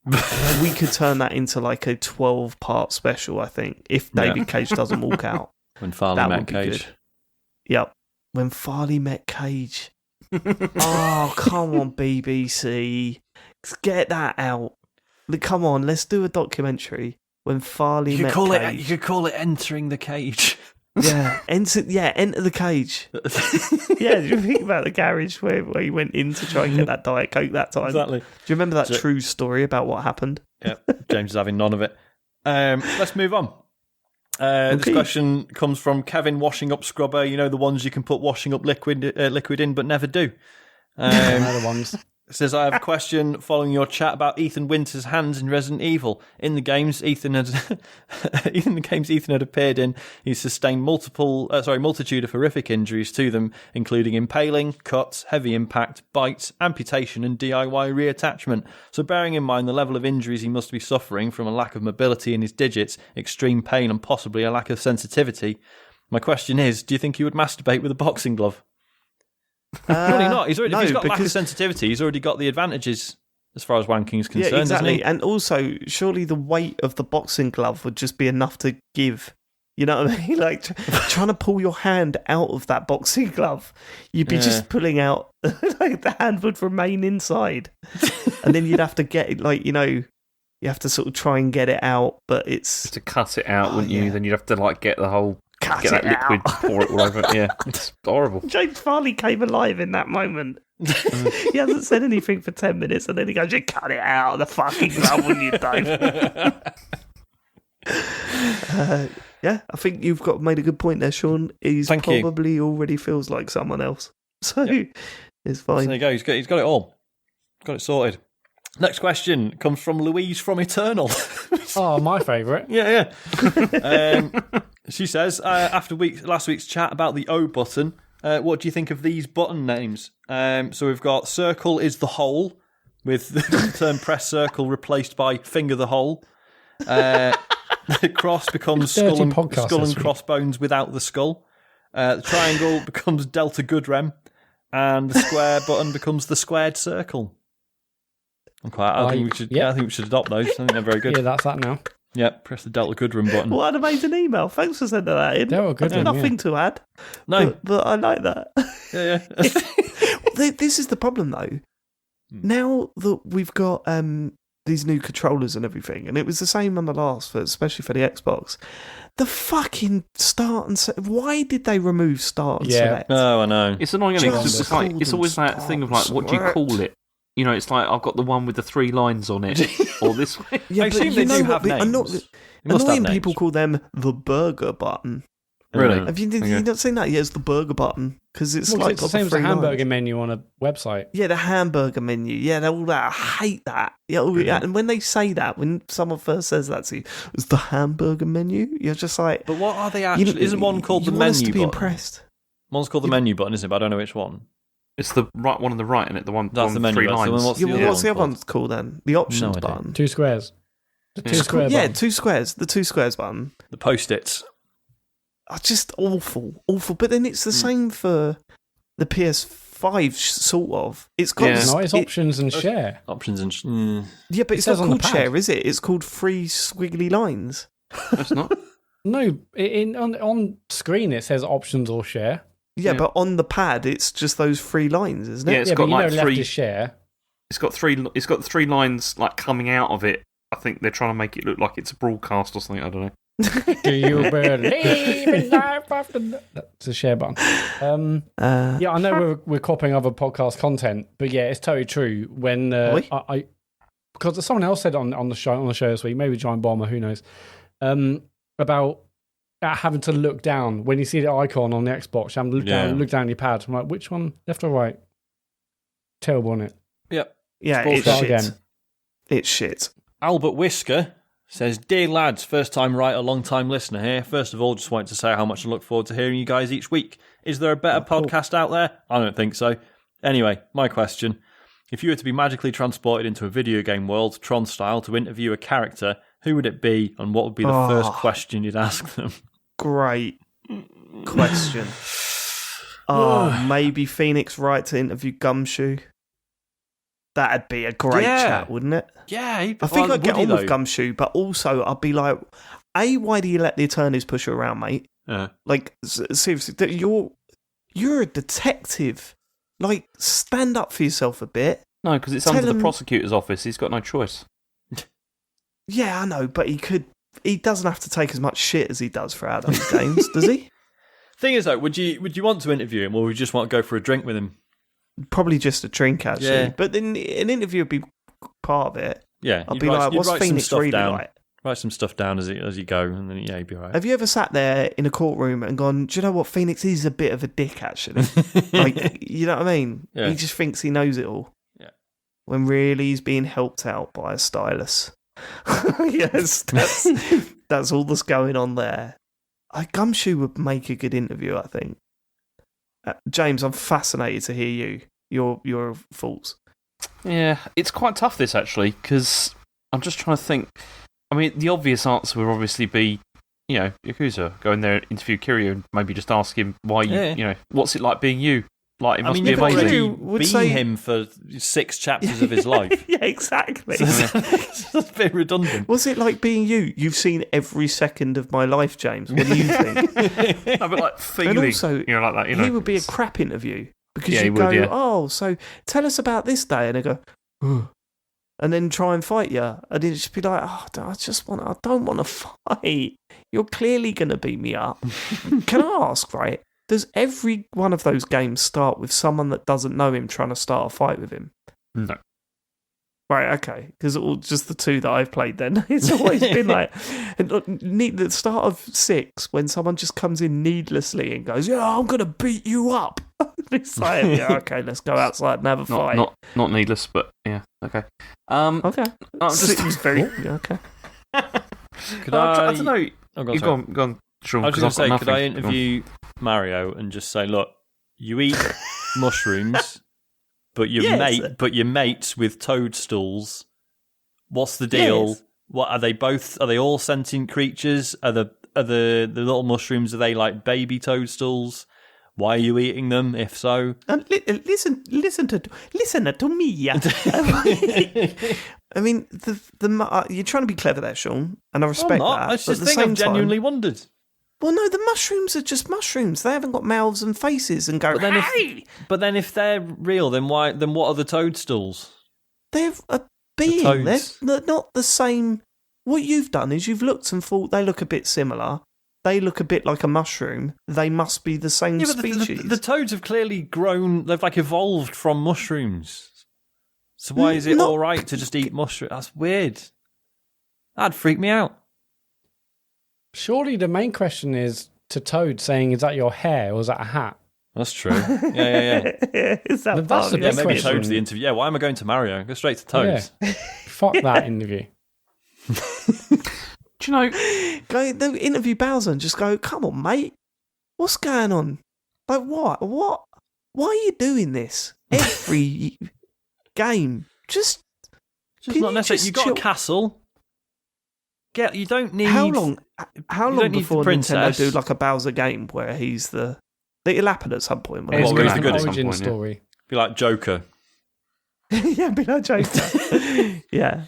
I was just about to say the end of Joker and relate that to Bowser then, but I won't. But, I've not seen riding that. through the cab, looking out through the Mushroom Kingdom, seeing the Goombas fucking shit up with a big grin on his face. That'd be very good. that would be good. I think. What about Tom Nook? I think you could ask him. I mean, I think if you interviewed him, you can ask him. He'd You know, charge do you? you for the interview? No, but you'd be exactly. But then it'd be interesting to ask him like, do you get off on this? Like on everyone being like, in hot to you and having to pay you back money. Well, so no, it's just The business. answer would be I yes. think I say to Tom Nook, I was like, do you think you're being unfairly maligned given that you offer people 0% mortgages? Yeah, It's a pretty good deal. You're just a shrewd businessman. It's very good. yeah. I mean, the economy, like, it sounds bad. Give me 1 million bells and then you can get an extension to your house. What? That's a piss take, isn't it? Oh, it takes me 3 days to make that money? Yeah, sure, that's fine. It's like, yeah, when That is shall I pay absolutely you fine, back? I'll do that. Well, whenever. What have I got to do? Just buy a few turnips? Okay. It's like, I mean, I'm a bit more dubious about paying him to relocate us all to like a uninhabited island for him to then make money off and run a shop and yeah, stuff. that is a bit weird. Yeah, That's a bit weird. that is Yeah. a bit weird. A shop It's a that bit weird. never When do you gets think they're going upgraded. to? When do you think they're going to introduce like import tax and all that sort of stuff? So when you get all of your turnips, like there's a 8% chance that you may get stopped at customs if you're taking like a full bag worth of turnips to You have another island yeah, to you have sell. to ask them to lie on the customs note and say it's a gift. They should have done that, and after a year said, "Okay, it's time for taxes. Hopefully, you've been saving 20% of everything you've made from these." Yeah. Well, you haven't. Oh well, got until January or 31st. you go to another island to get one of the fruits you don't have. You bury it, and you find out there's parasites in it, like in Border Patrol, and it just completely decimates your island. Yeah, destroys the That'd be good. ecosystem. Yeah, I'll be up for that. I'll be up for that. Cool. Isn't it funny if you take a nice, cute game like that and bring some real world elements into It it is. to make it really It's nasty? really turns it on its head, actually. Yeah, Really it's, high, it's really made me point of comedy, isn't it? really made me think. Actually, yeah. I would like to interview Gannon, and it will be similar to when Piers Morgan goes into like a female prison and talks to like women on death row. That's kind of the same kind of vibes I want. Okay. He's like, What? I've killed. He's like, okay, well, but why? But why have you killed? And it's got a very Why deep. did you go with Piers Morgan and not Louis Theroux? Yeah, I that's don't really. know. I just I'm a thought. fan.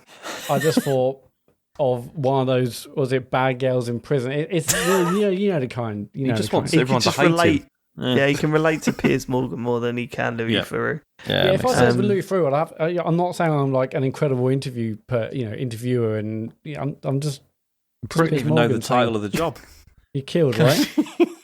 Why did What you about kill? what about going into Devil May Cry and talking to Dante and just going, look, you would be so much more likable, mate, if you stop going. "Ew, widdy bom, biddy bom, bom." If you just stopped all that, mate, kill all that, Yeah, and you're doing too much with it. yeah. Just All right? turn That's everything not an down a interview, notch, though, is mate. it?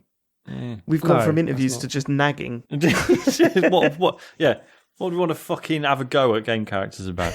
Yeah. There's quite a few. That list is long. Yeah. That list is long. All right. Next question comes from Luke. Sheba fine fish flakes in jelly. He says, for hey me. lads, I've optimistically bought tickets for about 6 different gigs for the back end of this year, starting in September. Have any of you guys booked tickets for any upcoming events, whether it be music, comedy, sports, theatre, or mass orgy? Question mark. Absolutely nothing. I've got nothing booked. Well, I had Sorry. loads of things booked, but COVID fucked everything, didn't it? But yeah, well, that's the Matt. He's not asking if you had things booked before COVID. He's saying, have you got anything booked now? Yeah, speculatively. I mean, we were saying in the green room just before the show.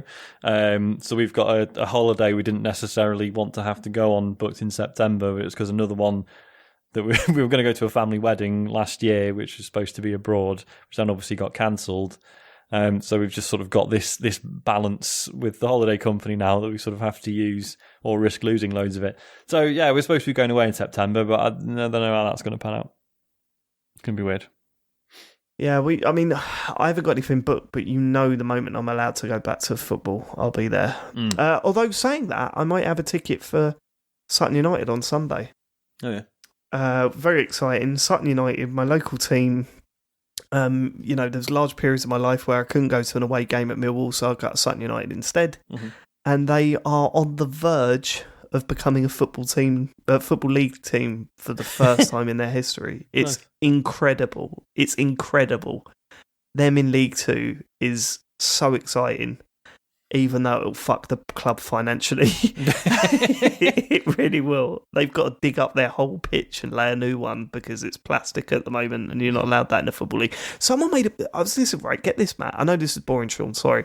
No, that's all right. But someone pointed out, a Sutton United fan said, it is crazy that we have to replace our 3G pitch with a full turf one, right? And I was thinking, can't wait to hear this argument because there's no way 3G pitches should be in the Football League. And they went on to say, technically and legitimately, our pitch can be used in the Champions League, but not League Two. And I thought, yeah, that does sound crazy, actually. That is pretty mental. Because you're allowed artificial pitches in the Champions League. Like 3G with like the little black balls that get everywhere and you play five a side. And yeah. You take your boots off and the whole house is covered in them. Yeah, you can play that in the Champions League, but not in League Two. It's not even satisfying to play on. Oh, it's really satisfying to play on. Are you kidding me? Oh, I've never liked it. Oh, they're great. They're great. 3G pitches are great, especially for lower league teams that can't spend the money to maintain the pitch. Right, let's move on to the next question. Egg Whiskey says, what is the right number of items of clothing to own? Oh, 7 of each. 7 of each? What, 7 jackets? 7. Oh, no, not 7 jackets. Oh, see, I'm weird with trainers. Like, I've only just started recently having more than one pair of trainers and a go at once. Mate. Yeah. That's the best way to be. See, I'm an absolute dickhead with clothes, so I probably just shouldn't answer this. Why? How many jackets have you got? How many active jackets? How many active jackets? I mean, are we counting overshirts? No. Okay. Like coats. What, shackets? That's what I mean, yeah. Like, if we're including shackets, it's probably about 6 or 7. What the fuck is a shacket? I don't know. I mean, guess. Is it a shirt jacket? It is. Yeah. They want That's to call probably it a that. jacket then, isn't it? Yeah. No, it's like a really thick shirt. Yeah, I've got like 2 coats, 2 pairs of 3 pairs of active trainers. Mm. Like, I'm really bad at the moment. I need to get this sorted. I've only got 2 pairs of jeans. I need to get more jeans. Which is fine until one of them starts suffering from crotch blowout. Yeah, and then you're in trouble. That happens all the time. Not a mate. But yeah, I've got loads of tops. Why are we talking about this? Jesus, someone asked us, and it's a listener question special. Yeah, absolutely right. The answer is have a capsule wardrobe. You know, have things that match with each other. One great pair of jeans, couple of great t-shirts, and everything else matches. Done. I'm a big fan of just plain t-shirts these days. I can't wait to hear James. Have you got like a walk-in wardrobe? Have you got like not. the greatest select? Is it like a TK Maxx in your in your bedroom? God, It's not. I mean, I've got 2 pairs of trainers on the go. Usually, I've got probably about 3 pairs of jeans and a load of jumpers. That's about it, really. It's it's not very load of exciting. jumpers. Yeah. So I've got what is loads of it like in jumpers. the summer? Is it either just skins or jumper? I hate the summer. I really hate it because it's just a pain Cannot in relate clothing to that at all. in terms of clothing. Inescapable, isn't it? Yeah. I just don't like it. It's like I prefer the winter and the autumn because I'm not a thin person and I hide in my clothes, and that's why I don't like the summer because you can't do that as easily. It's and it's just I don't like it. There's less choice, for just putting loads String of clothes vest. on to try and make myself We could get him a feel better string about vest, myself. can't we? Just get him a string vest. String vest, yeah. You've also got a T-shirt with multiple pictures of your wife's face on. Let's not forget That's that. true. I do have one of those, yeah, which is she It's was incredible. pretty angry about that. Alright, okay, next. Next question from Ronnie. It says, isn't it about time that a female voice is heard on the TCGS podcast? Even an occasional female guest would be a start. I love the show, but come on, guys, it's 2021. Absolutely right, Ronnie. And I will tell you this, in the past, not recently, if I'm totally honest, like not in the last couple of years, but in the past, we have invited female guests on the show and they have always declined. So, Which, I mean, may be indicative of a problem in and of itself. do you know what my fault is? And I genuinely believe this. I think we have had some female guests say, yeah, of course. And then clearly they've listened to the show and got back to us and said, no. And I do think it's quite an intimidating podcast to just come on I think it is for anyone, because I think we come across as such a close-knit group. Well, we're arseholes to each other. That's the main thing. I think, I think I was saying it's an intimidating thing for anyone to step into. Is that a good enough excuse? I don't know. I don't know if it needs to be an excuse. I'd be more worried if like the female listeners that we do know are all sound as fuck, right? So that makes me think that we're not necessarily doing anything wrong or off-putting. But yeah, I don't know. I mean, the thing for me, and I've mentioned this before, is that like there are women I would love to have on the show, but they're all too successful or too famous and probably haven't got the time. I don't know. But we totally 100% hear you.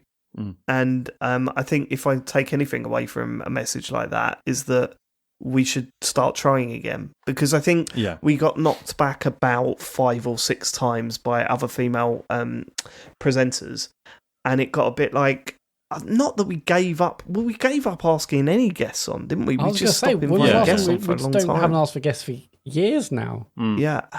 We just don't do guests in general, do we? But but it is something we should do, because we would definitely get guests on again at some point.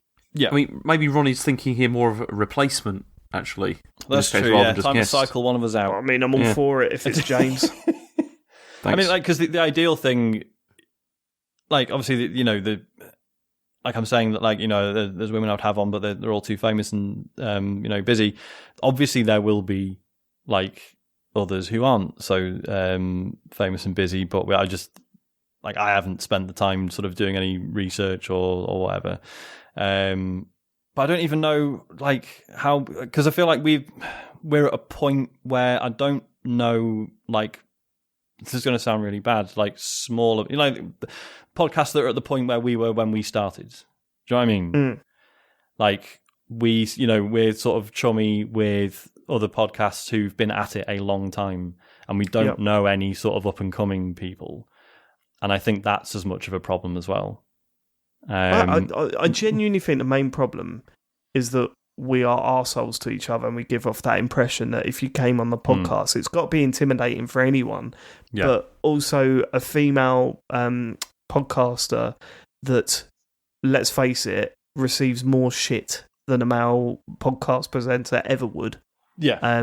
Just by, going into that public space. Being on the internet. Yeah. Being on the internet, I think it's way more intimidating, and I think, hopefully there will be that understanding that we're not really like that. It's all a bit of we exaggerate things for the show and stuff because we enjoy doing that. But I don't know, man. I mean, we once we start inviting guests on again, because we will do it again at some point. Then yeah, it's definitely what we should be doing. Yeah, I would love to get guests on, but we're just, it's a combination of we haven't felt the need to. Even when one of us is off, we're like, let's just do 3 of us.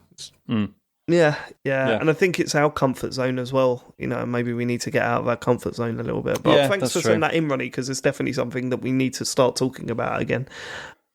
Right, Ian In Joke says, hey chaps, need some dad advice. What's one thing everyone told you about having a kid that turned out to be bullshit? And what's one thing that you thought would be bullshit that was actually true? Appreciate you all. Well, the bullshit that turned out to be true was... I was one of those people who was like, I can operate on lack of sleep. I can do that. Yeah. I'm always up. Yeah. You know what I mean? Yeah. You don't realise how bad it is. No. It's because it's like trying to explain to people that it's not the lack of sleep. Before having kids, it's like 1 or 2 nights. If you're crazy, it might be 3 or 4 nights a week where you're not getting enough sleep. But imagine that every single day without a break for several years. Yeah. Like, that's what and it's also, like. And even when they start sleeping through the night and stuff, they're still up at like 5 or 6 in the morning, no matter what you do. Like, it's awful. And when they're babies, it's like that time that you're awake, it's not just, oh, they need a feed, I'll just have a sit with them. It's like, you are probably getting fucking screamed at for quite a bit of that time. That's how it was with Isaac anyway. He had colic, so it was just, it was fucking awful. Yeah. As for the stuff that people told me this isn't the correct answer really, but it's something people told me that I found out to be bullshit. It's not really bullshit, but when they said when you have a second kid, it's more than twice as hard. I don't really, because it's not really for the reasons that they're suggesting when they tell you this. Like, it's more to do with the fact that, like, the one thing I noticed when Charlie came about was, like, actually my lifestyle hasn't changed that much. I'm still doing the same shit every day. It's just harder now. Whereas the big shift for when Harry was born was the complete lifestyle change. Like, it is completely different before he's born and after he's born. It's like responsibility, things you're thinking about, the way you live in your life, it completely changes after the first one. And it's just a continuation of that with the second one. So that's what I found really hard with Harry. Yeah. One of the things that I found more recently that I always thought was kind of bullshit probably, but now I'm beginning to realise is definitely, well, for me, so far it's been true, is like my daughter now is getting towards becoming a teenager. And I always, there's that whole thing about like, once they get to that sort of age, you're no longer, like cool or whatever, or, like... They're going to change so much in the way that they think about things that it'll be the way that you relate to them will change like significantly. And I always just thought, I don't think that's probably true. I think we'll probably still get on whatever. And obviously we do, but it's true. Like the amount of change that I'm noticing just like in the last couple of months, it's crazy. Like actually the way that is, and it's this is a new challenge. Like in terms of like how you then continue having like the relationship and everything, but then making sure that it's different, because the way she thinks about things is really significantly changing. It's I don't know. I don't know what I'm trying to say here, but it is strange. It's a strange feeling. And no, we get it. I mean, about what was one thing that you thought would be bullshit that's actually true. Yeah, the fact that it does go really quick. Obviously, when you're in the thick of it in the first like 2 or 3 years, it's like, Jesus, will this hell never end? But then you suddenly blink and like, oh fucking hell, they're 5 or 6 or 7 now.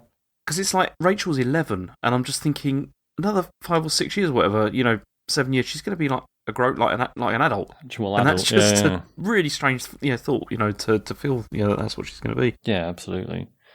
In terms of, something everyone told me that turned out to be bullshit. Everyone told me to get blackout curtains for Isaac's room. Doesn't make any difference. I think I mentioned this last week, actually. The thing I thought would be bullshit was actually true. Oh, so this, I didn't think this was bullshit.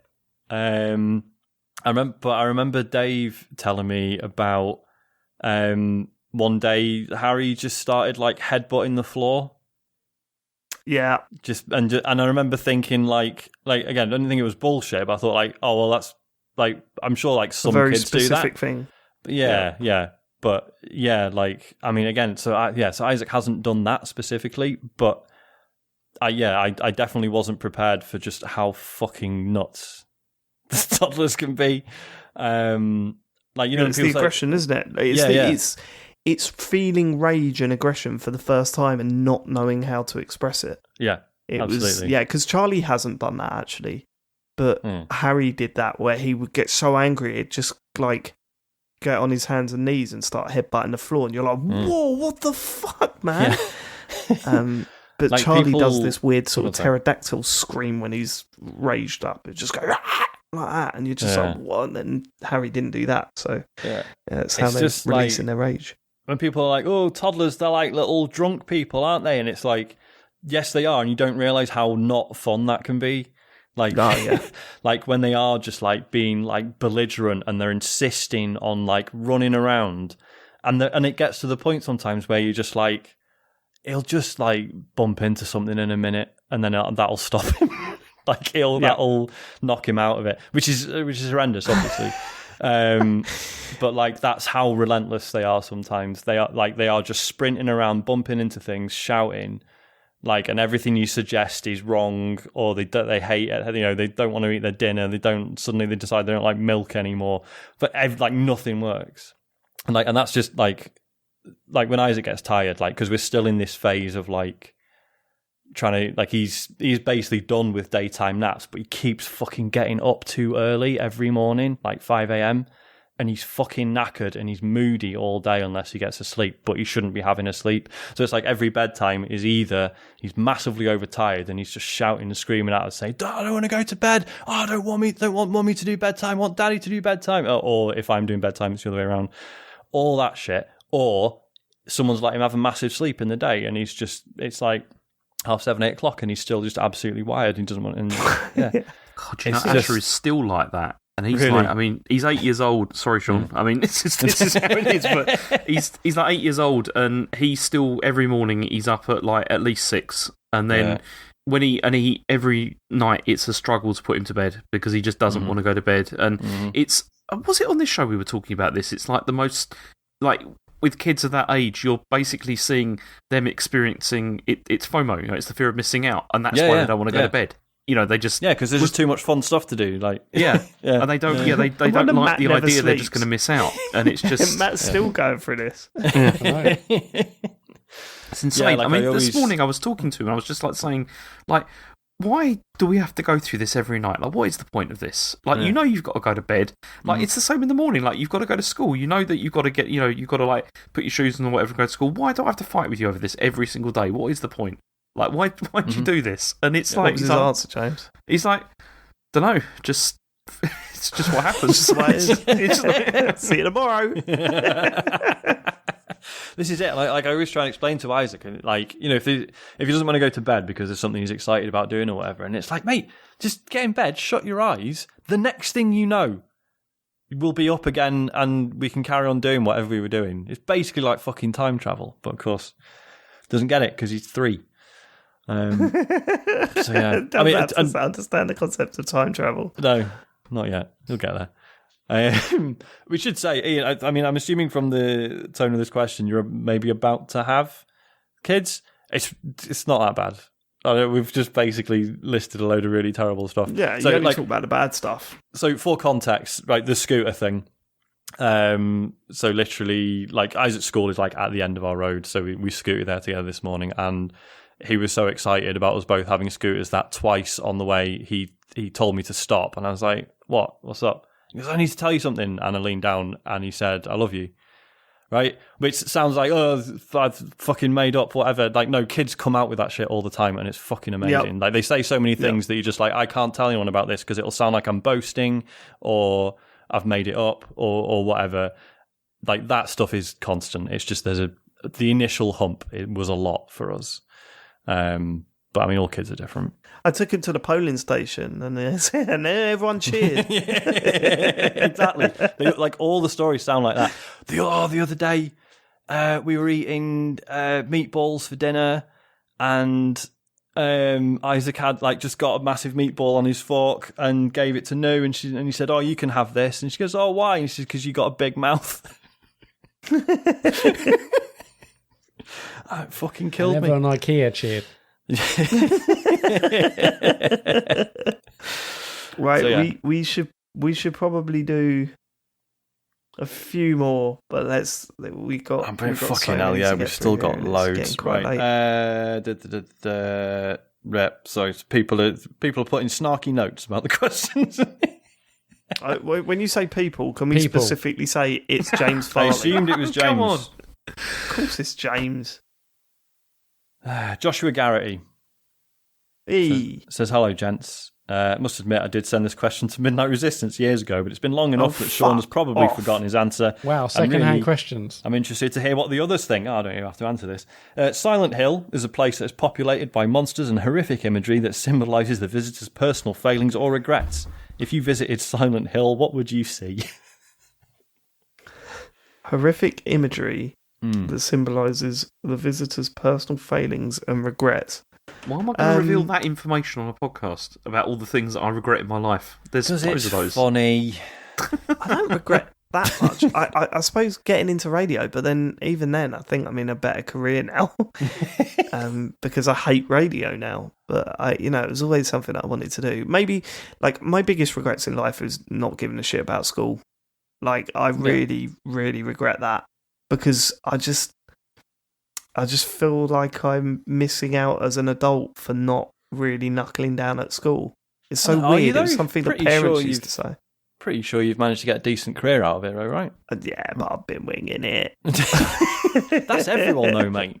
That's just life as an adult. Also, no, but there is that part of it. It was I didn't go to university. I didn't get to experience any of that. And I know you don't have to go to university. And in fact, actually, it's not even uni that I'm particularly talking about. But it's just all those lessons and shit.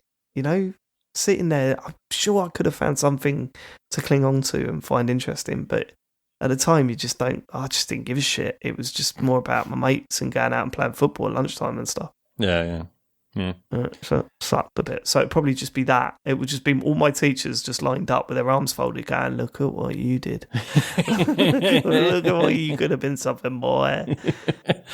So yeah, I mean, obviously that's a similar answer, I guess. But obviously with me, it's all sort of framed around finding out that I had ADHD at 35 and that's why school was shit and why I was always getting, bollocked for staring out of windows and finding supposedly easy bits of work just dull to the point that I just just could not be arsed.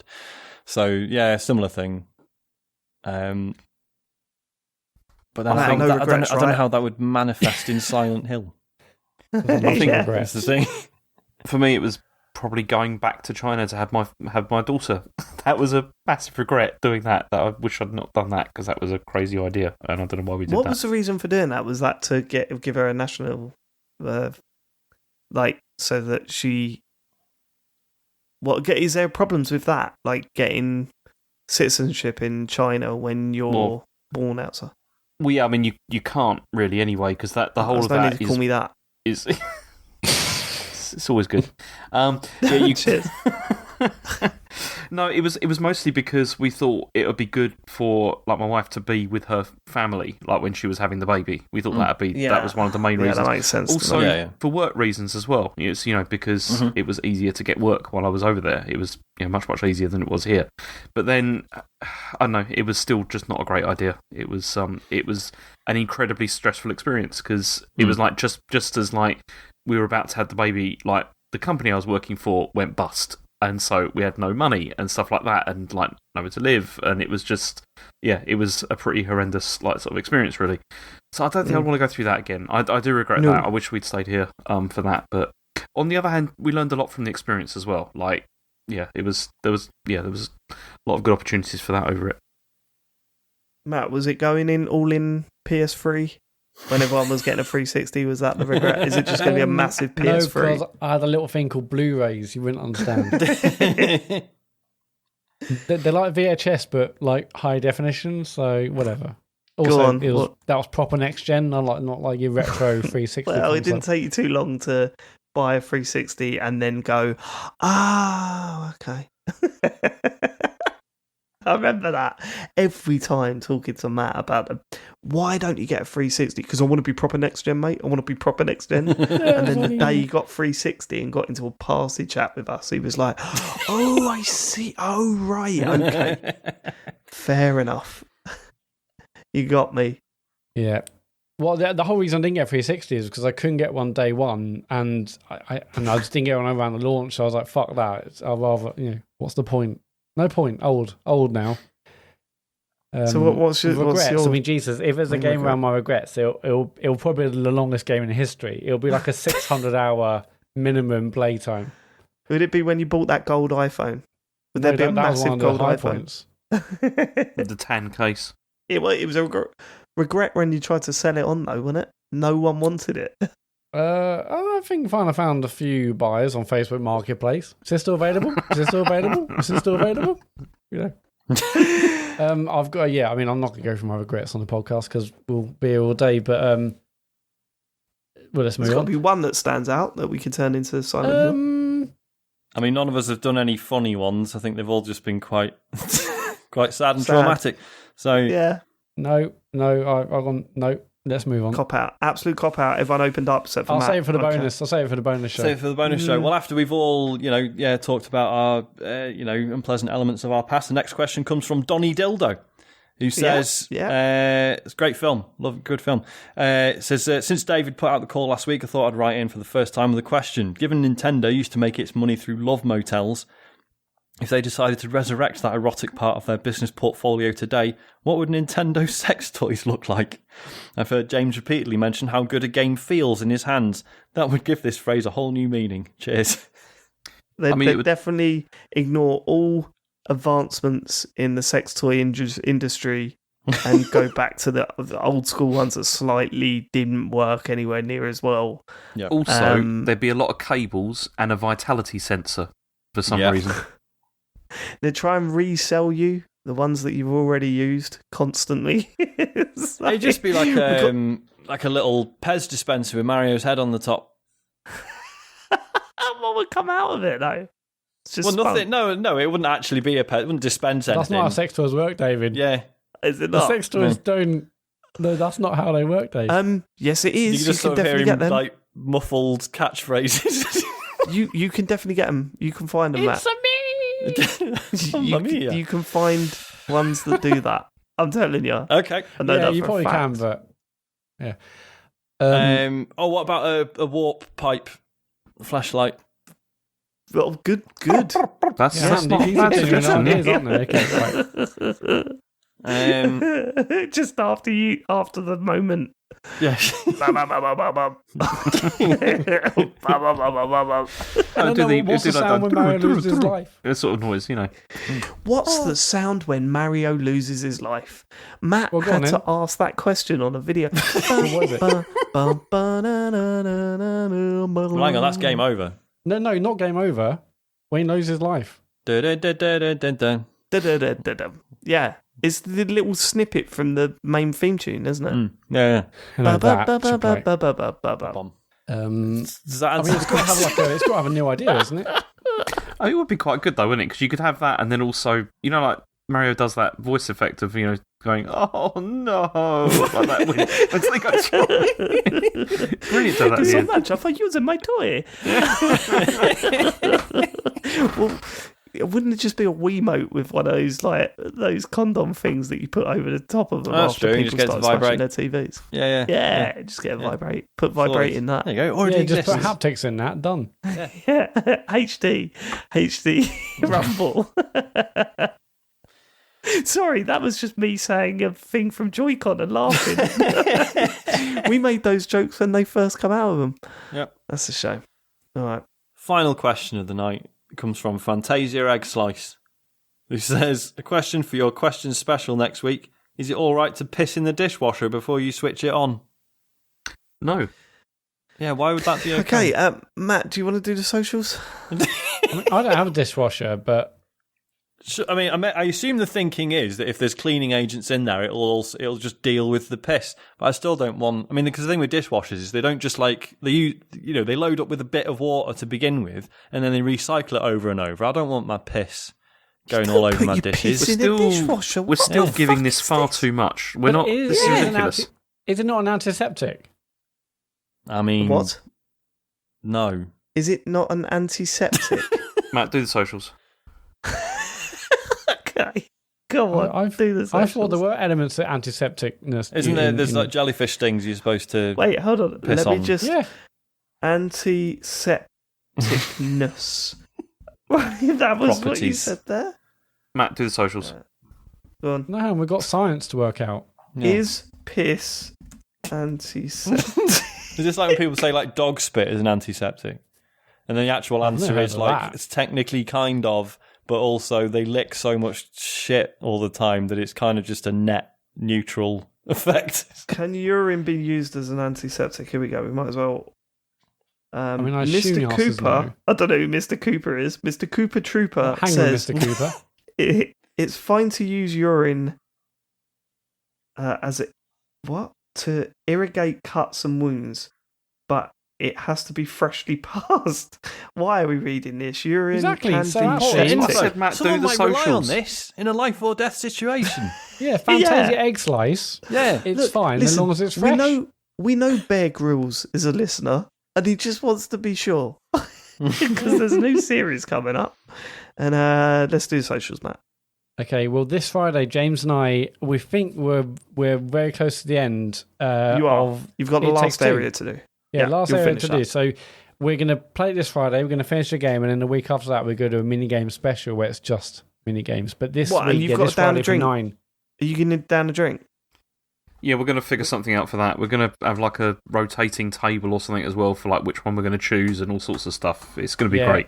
In the week, not this week, but in the week that's after. That's like going to be a 12-minute stream. Well, short and sweet. But in the week, we're going to like go through and actually play together and unlock all the mini games, and then find out which the best ones are, and have like a spinny wheel and But that's not this week. This week we're going to finish the game. So that's Friday night from 9 at twitch.tv/TCGSco. You can watch James and I finish It Takes Two. There's always a lot to discuss on that. I mean, such as last week where I just briefly discussed rollerblades, but. That if you miss that live, it's on YouTube. Just search for TCGS on YouTube, and you can watch all the previous streams and stuff we do. And but if you've got Amazon Prime Gaming, if you've got Amazon Prime, you've got Twitch Prime Gaming, which you get one free subscription every single month. Please go over to our channel and give us your free sub if you've got Amazon Prime. We really appreciate it. Patreon.com/TCGS is our Patreon page. As David mentioned in the beginning, there's exclusive podcasts you can't get anywhere else. There's live talksovers and a whole lot more besides. Go through and have a look at our tiers over on there. And TCGS.co is the website where there is a store with a slimlined selection of garments while we work on the next batch and more of our socials and stuff on that website as well. Thank you so much for living it. We'll be back talking about video games next week. Although we got a bit of gaming chat in this week, but we'll be back to a regular show next week. We hope you enjoyed this little departure from what we usually do. And we also hope that you have a wonderful week. Get the vaccine. Goodbye, everyone. Bye-bye. Goodbye.